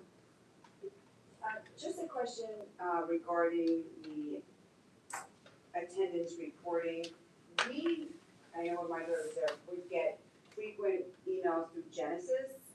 And then I would call the school and I'm like, no, don't worry about it, it's fine, it's just for one class because she's at the wellness center or she was with her. So it was marked asking, but doesn't really count. So I think kind of that miscommunication gets some parents don't care. I mean, but there are parents that do care. And I feel like if it's a little bit, I don't know, those automatic generated things, I think are giving a lot of misinformation, and I really would prefer something more personalized if somebody's in danger of not getting credit for a course or having this chronic absence. Thank you for that feedback. I also think there's a lot of confusion about the difference between class attendance, which is what we stress, and state-reported chronic absenteeism. They're different things, and I don't know that everyone knows or wants to know that distinction. And just a quick note, does this seem to be occurring all over the state? Is this something that you're reporting on because of the state level? It's an increased issue within the state, and that's why they started reporting it out. I'm gonna probably say right before COVID, a couple of years before COVID hit, they were seeing increased attendance problems. And, you know, there's a little bit of gameplay. I know the student was gonna be out. If you had unique situations where a student might be, I had two students, brothers who were gonna play for Trinidad junior world team. They were gonna be out a month. So, those situations, so they wouldn't be chronically absent, you withdraw from school for that month, and when they come back, you re-enroll. So, a lot of districts start taking a look at their practices as far as dealing with students who have got long-term absences for unique reasons. But this problem's not unique to this district. Thank you. Sorry, over here. So there's a clear distinction between, well, their number 3 on our list for chronic absenteeism reasons was a social emotional piece, and presumably even number 1, where there are health related issues, could have been essentially caused by some of the social emotional issues. I know that you don't have to answer this now. As a district, we're focused on, we're obviously assessing a need, see the need, and we're going to address the need. But, and this can be in our curriculum and instruction meeting on Wednesday, guys. How can, or what can we do as a board to support the social emotional needs of the students, particularly when we're cutting programs that are meant to support students with social emotional needs? So how are we mitigating that problem as a board and as a district? And we can talk about that, put a pin in it, but thank you. I'm gonna add something and elaborate something that Dr. Russo said. COVID. I met with my son's college guidance counselor, who's been there for 4 years. And I was asking him, has he seen a trend, any changes in 40 years? It's a long time. He said the biggest change is COVID. When COVID hit, it changed somehow the mentality of the kids. They don't even show up for guidance counseling meetings. He had 9 meetings that day scheduled, only 4 showed up in person. And they're like on campus, and he's on campus. So this is something as a ramification, a repercussion of COVID. Sorry, I did have one more question I was curious about. So based on the demographics that we discovered, had more absenteeism issues, what were their responses? I mean, I'm definitely dialed into the social emotional piece, guys. So I'm curious to know how they were affected or are affected, and their absenteeism is affected based on their support or lack of, potentially, social emotional programs. Okay, yeah, I don't know. The demographic information we have is based on absences, not within that set of events. Okay.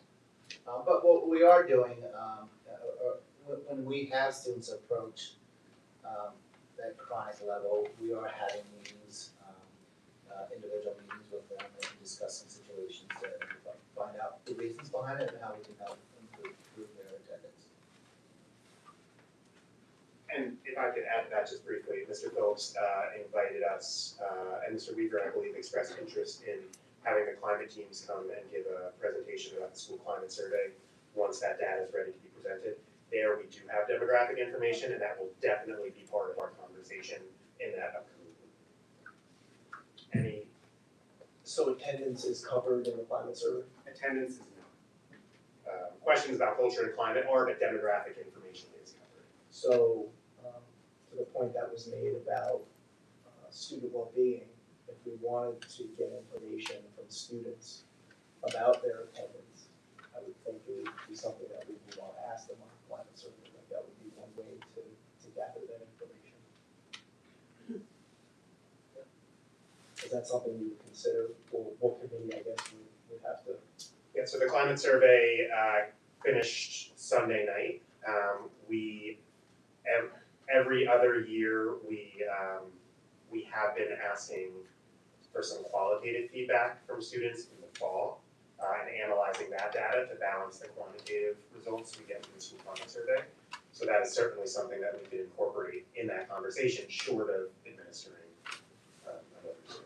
I think it would be really beneficial to do that, but I also think that adding that to the survey, sorry, you were gonna go. Oh, finish up.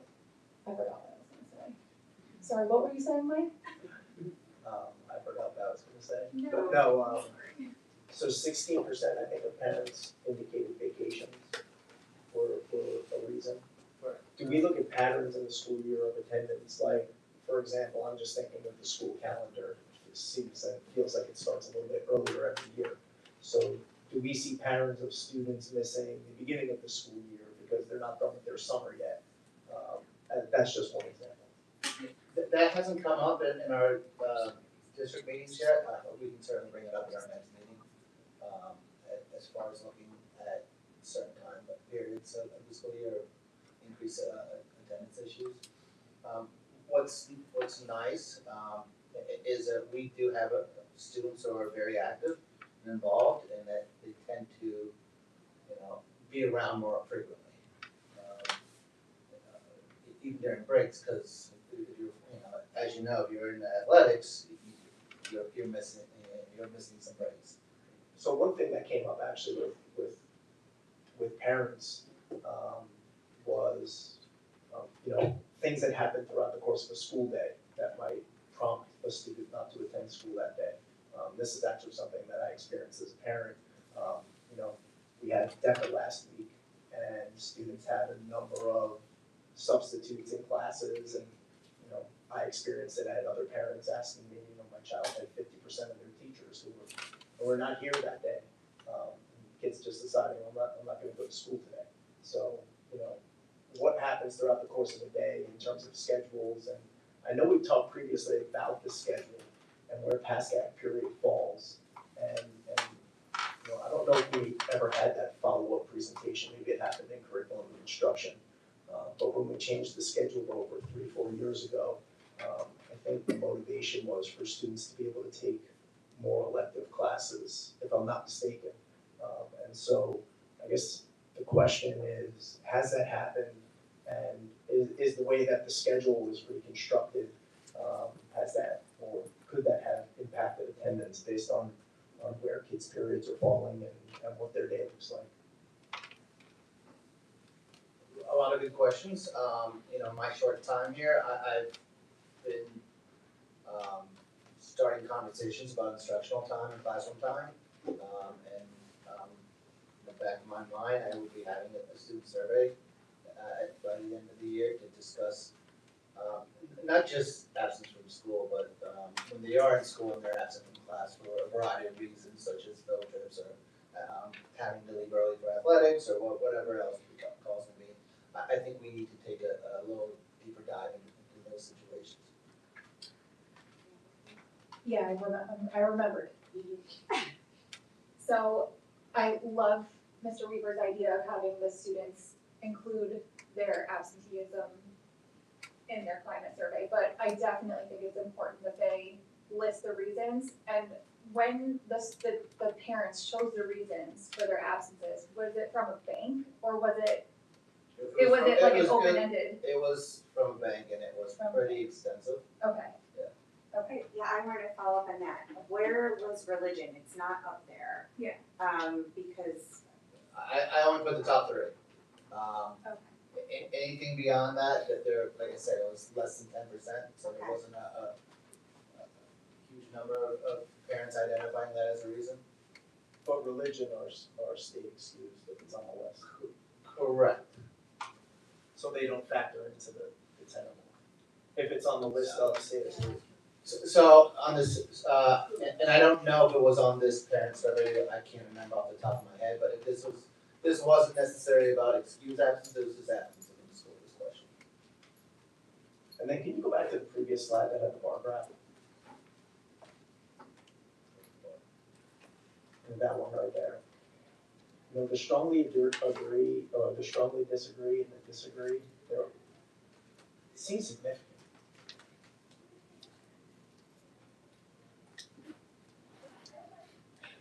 Or, just to see, I mean, there aren't numbers or percentages attached to it, but, you know, when you see parents disagree and strongly disagree to my child finds school meaningful and engaging, and my child feels comfortable asking for help, and my child is self-motivated to go to school, like, you never wanna see anything there, but we hope to have those columns look a little bit more like the first, where it's minimal. But, yeah, when you look at that, it's not encouraging.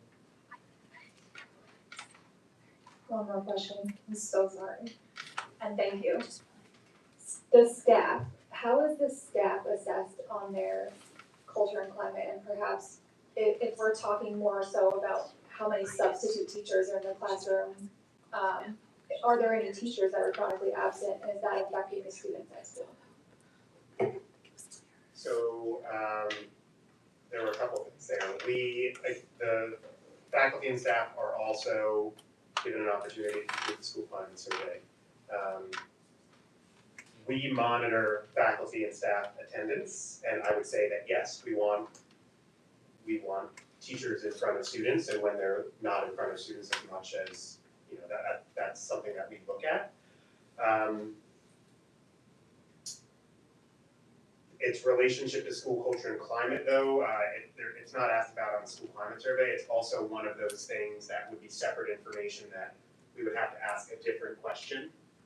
And the fact that the survey is optional and anonymous makes that tricky.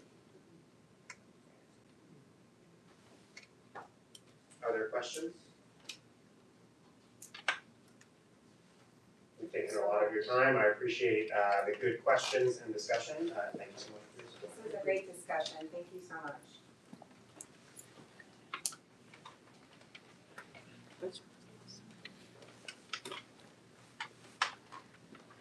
Okay, we're gonna move on to agenda item 7, comments from the public.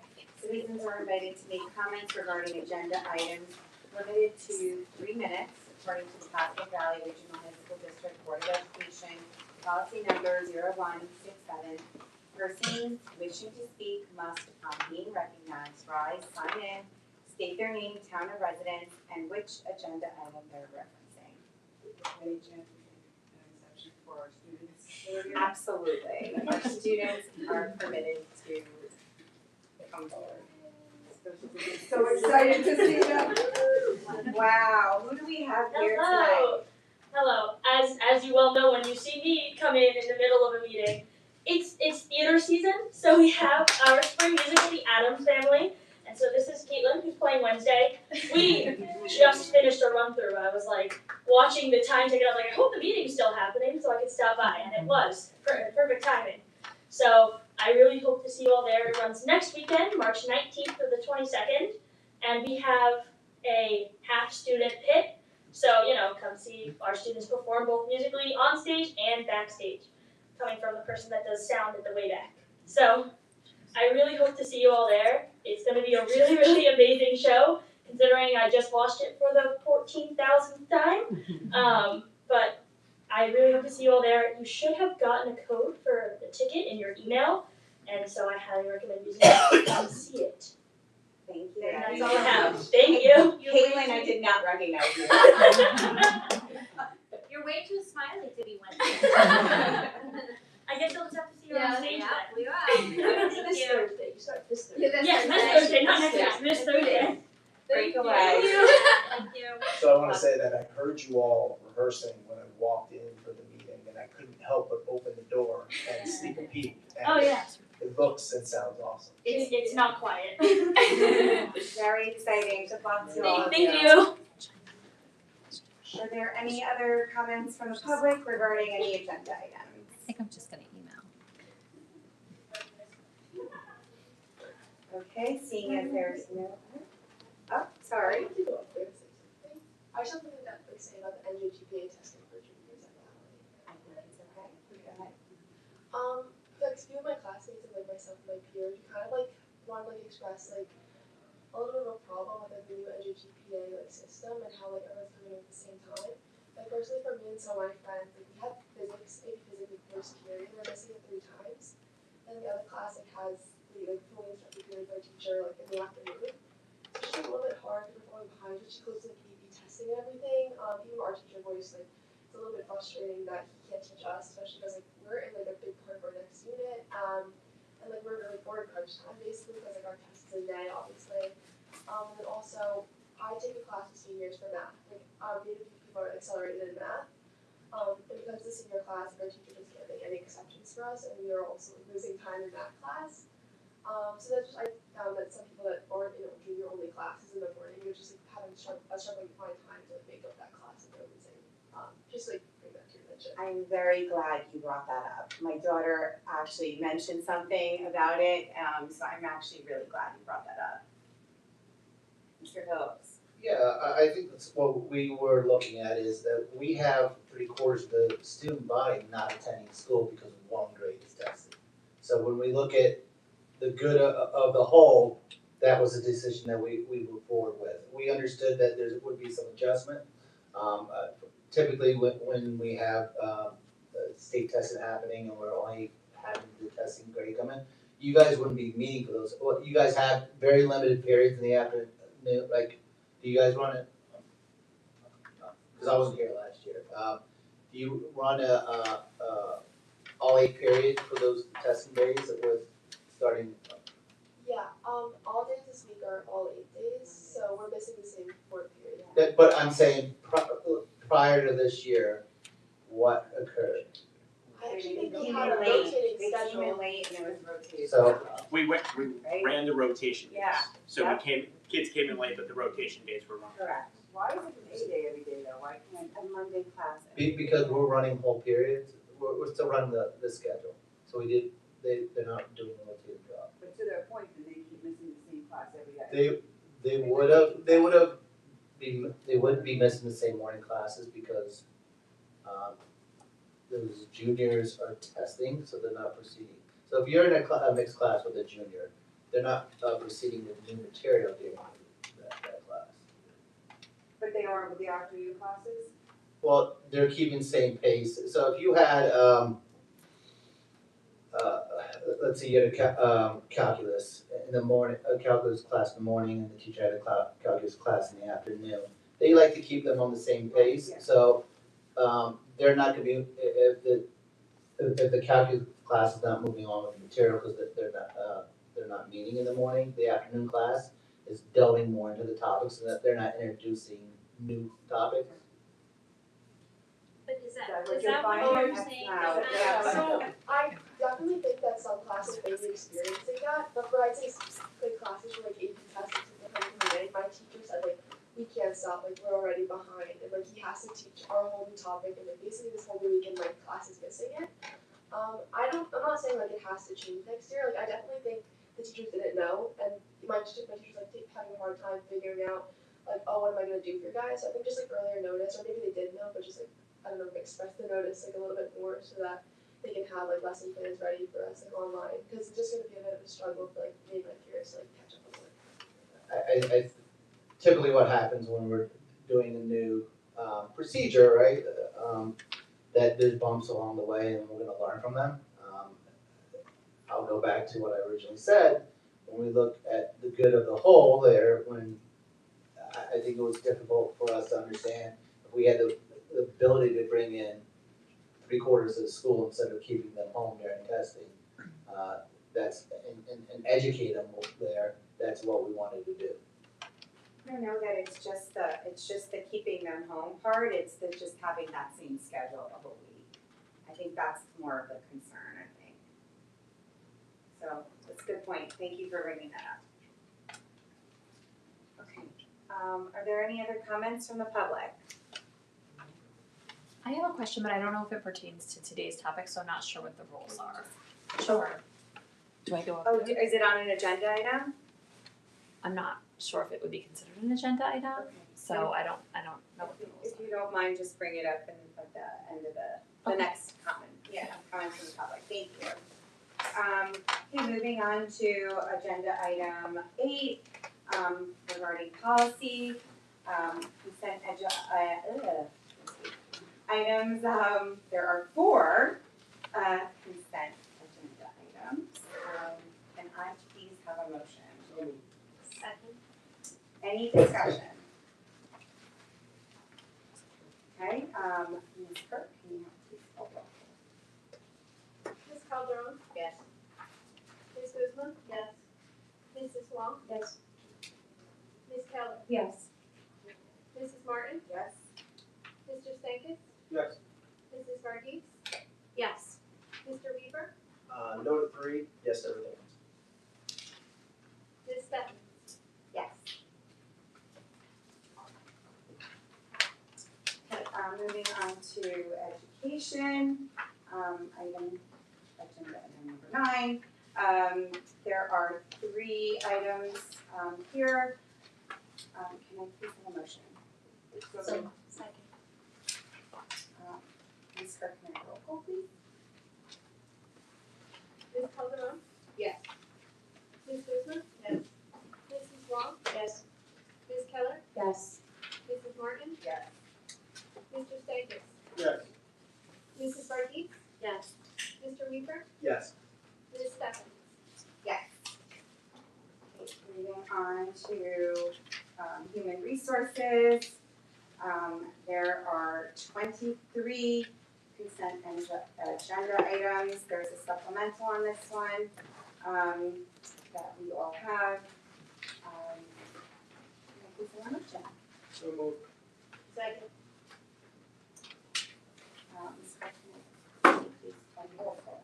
Do we get a chance to make comments on it? Excuse me, yes, thank you. Discussion. So I have a question on athletic appointments. Dirk, I emailed you earlier, you just stated I was gonna bring it up, I don't know if you saw it or not. So when I was looking at the appointments, I'm looking at baseball for Pascack Hills, and I'm seeing 1, 2, 3, 4, 5 assistant coaches being appointed and sharing stipends. Like 4 people are sharing one stipend, one person is getting 10% of another. I have to ask the question, or 2 questions. Number 1, is that the intent of the contract? Right? Is the intent of the contract to have people sharing one position to the extent that this position is being shared? And then number 2 is, like, is it equitable? Like, we've got softball, who looks like they're sharing one position, and like, from the sounds of it, we've got 7 or 8 coaches for the baseball team, and how many coaches do we have for the softball team? And then is what's happening at Pascack Hills for the baseball team the same thing that's happening at Pascack Valley for the baseball team? And who's making that decision? Like, when we advertise a position, are we advertising the position, and who's deciding on whether or not it gets shared and how it gets shared? Is it the people who are applying for it? Is it the coach? Is it the athletic director? Is it the principal? So first and foremost, my concern is the equity piece. And I know I've shared this with Mr. Phillips, just with regard to the volunteer coaches as well. And Jim, I mentioned something to you just about the policy committee, like, how do we go about advertising for volunteers? we look at some teams, you look at some benches, you might have 5, 6 volunteers in a program, and the sister or brother sport might not have any, and the school at the other, or the program at the other school might not have as many as the other school. So it's like, not only with our assistant coaches and how we're going about awarding stipends, but how are we going about recruiting volunteers in a way that's equitable for all activities, not just sports, and between both schools. So for that reason, I can't vote on this tonight in terms of a yes or no. I'm going to abstain on it. And I think it needs a real hard look going forward. I understand the season has started. But I would hope it is something that we can review, perhaps in the personnel committee. So I'll be abstaining on 13 and yes to everything. Thank you.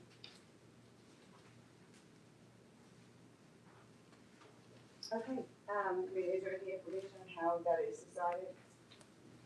What is decided? Like how many coaches are, is it a numbers game, does Hills have more players, I mean, I don't know. The number of coaching positions hasn't changed of what's in the contract.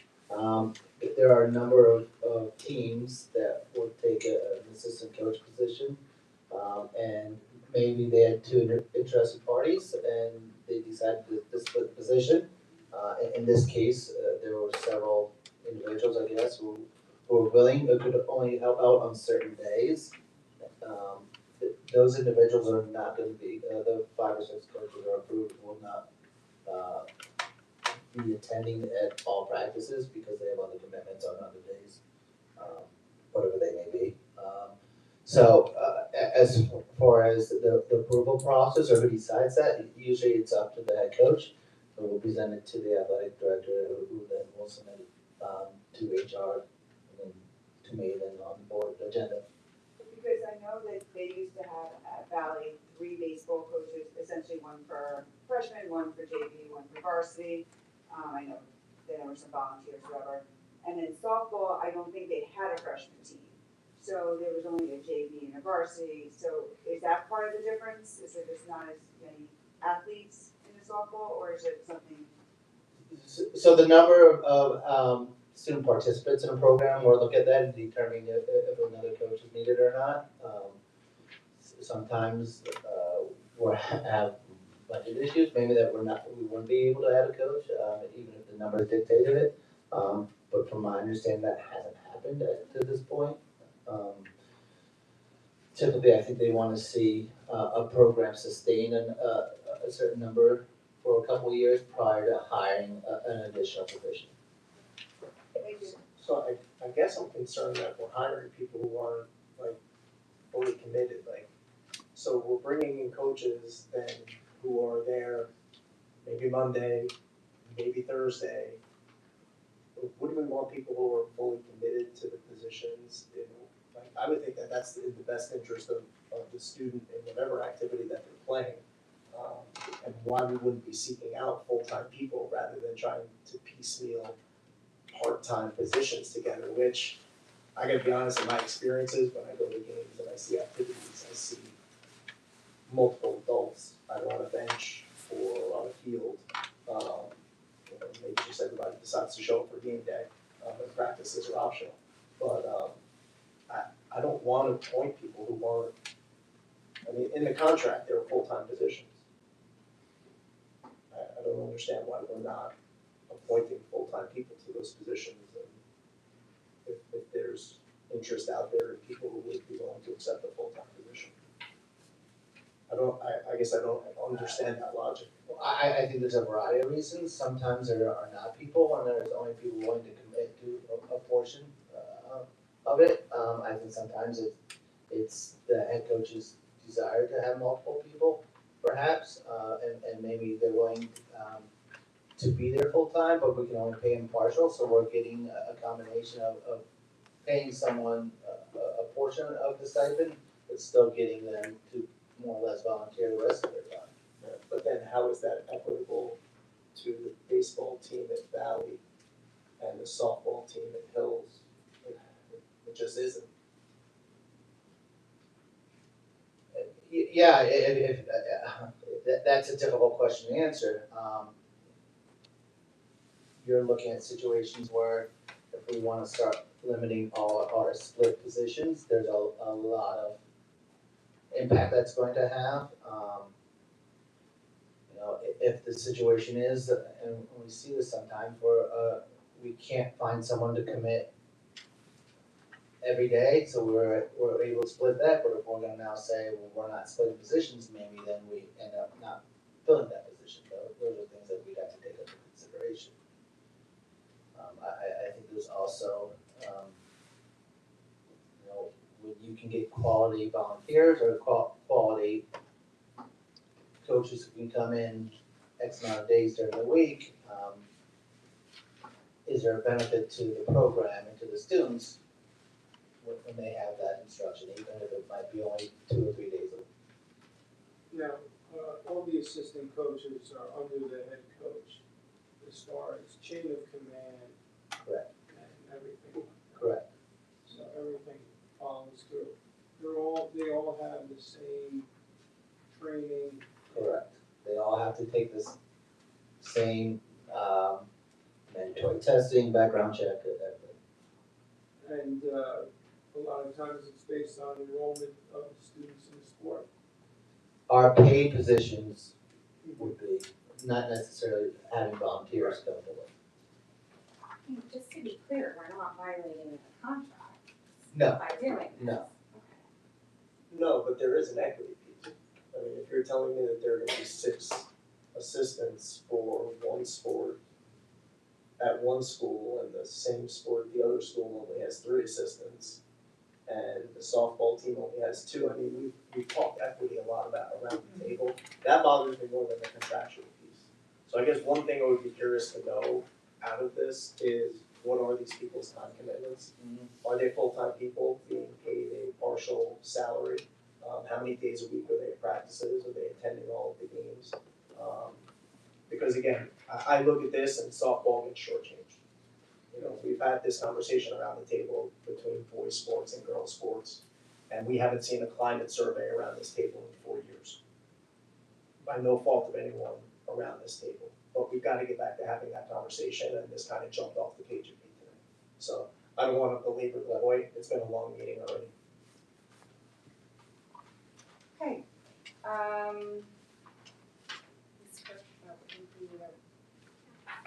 well, hold on, we did discussion. No. Roll call. It's Ms. Calderon? Yes. Ms. Guzman? Yes. Mrs. Wong? Yes. Ms. Keller? Yes. Mrs. Martin? Yes. Mr. Stankus? Yes. Mrs. Varghese? Yes. Mr. Weaver? Abstain 13, yes to everything else. Ms. Stephens? Abstain 15, yes to everything else. Moving on to finance, there are 28 consent agenda items. Can I have a motion, please? So moved. Second. Any discussion? Thank you, Cindy. Cynthia. Gosh. Thank you, Cynthia. You're the best. Thank you.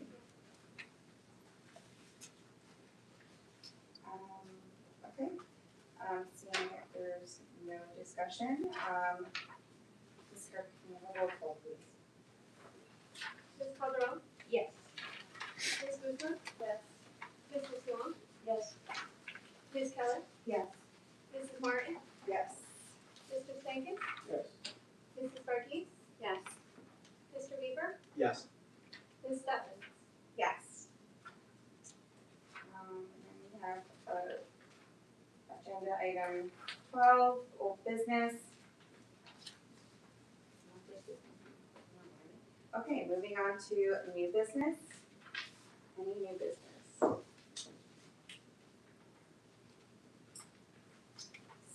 Seeing as there is none, moving on to comments from the public.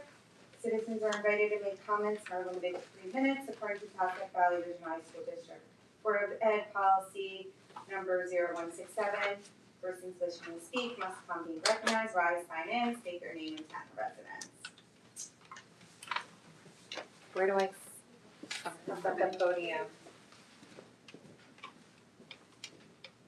Just hit the button on the mic so we can hear you, okay?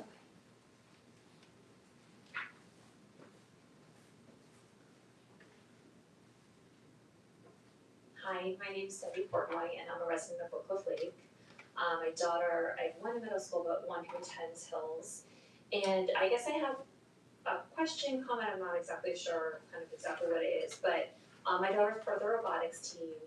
And I know this applies to robotics, but also to DECA, in terms of their competitions, like their world or their international competitions where the students have to fly to the competitions to attend.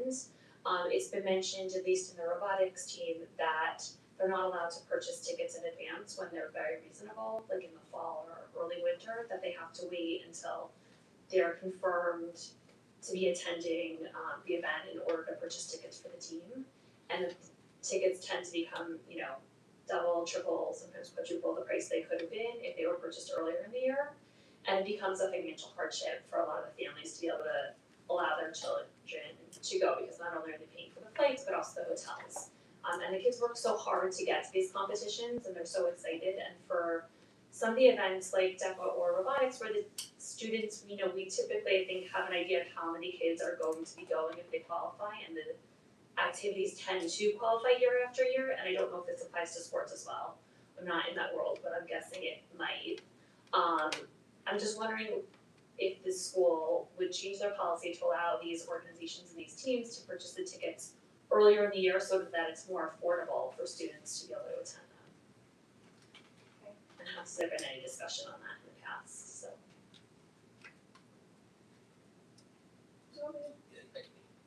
I'll let Cindy talk about purchasing laws.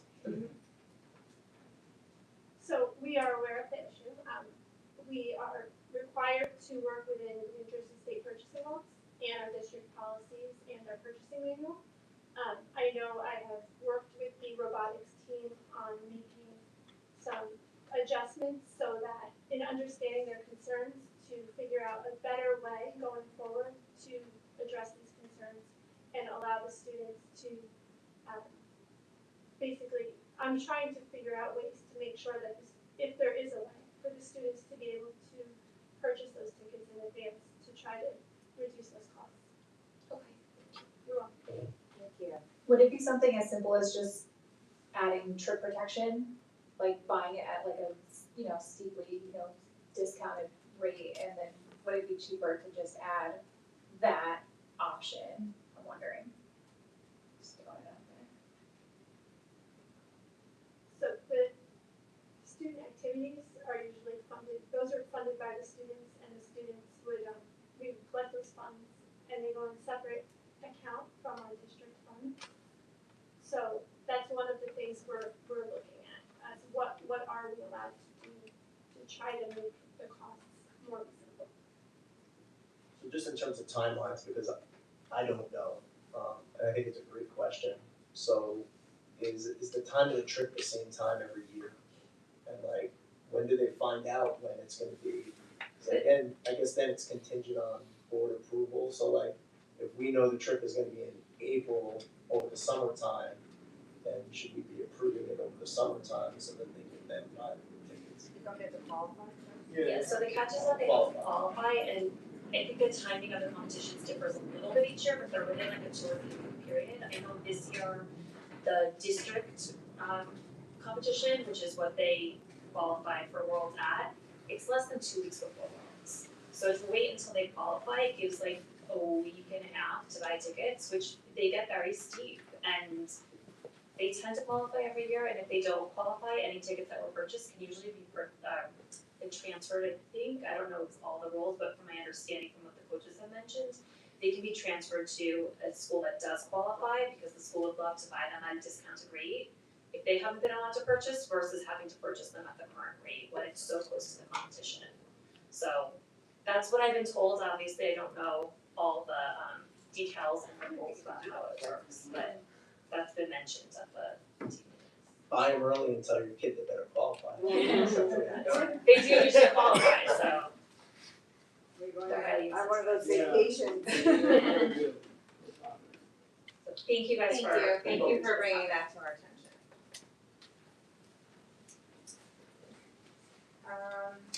Any other comments from the public?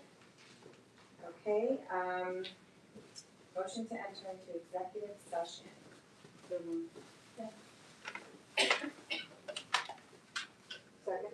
Second. Oh, there will be no action taken, so we will be concluding the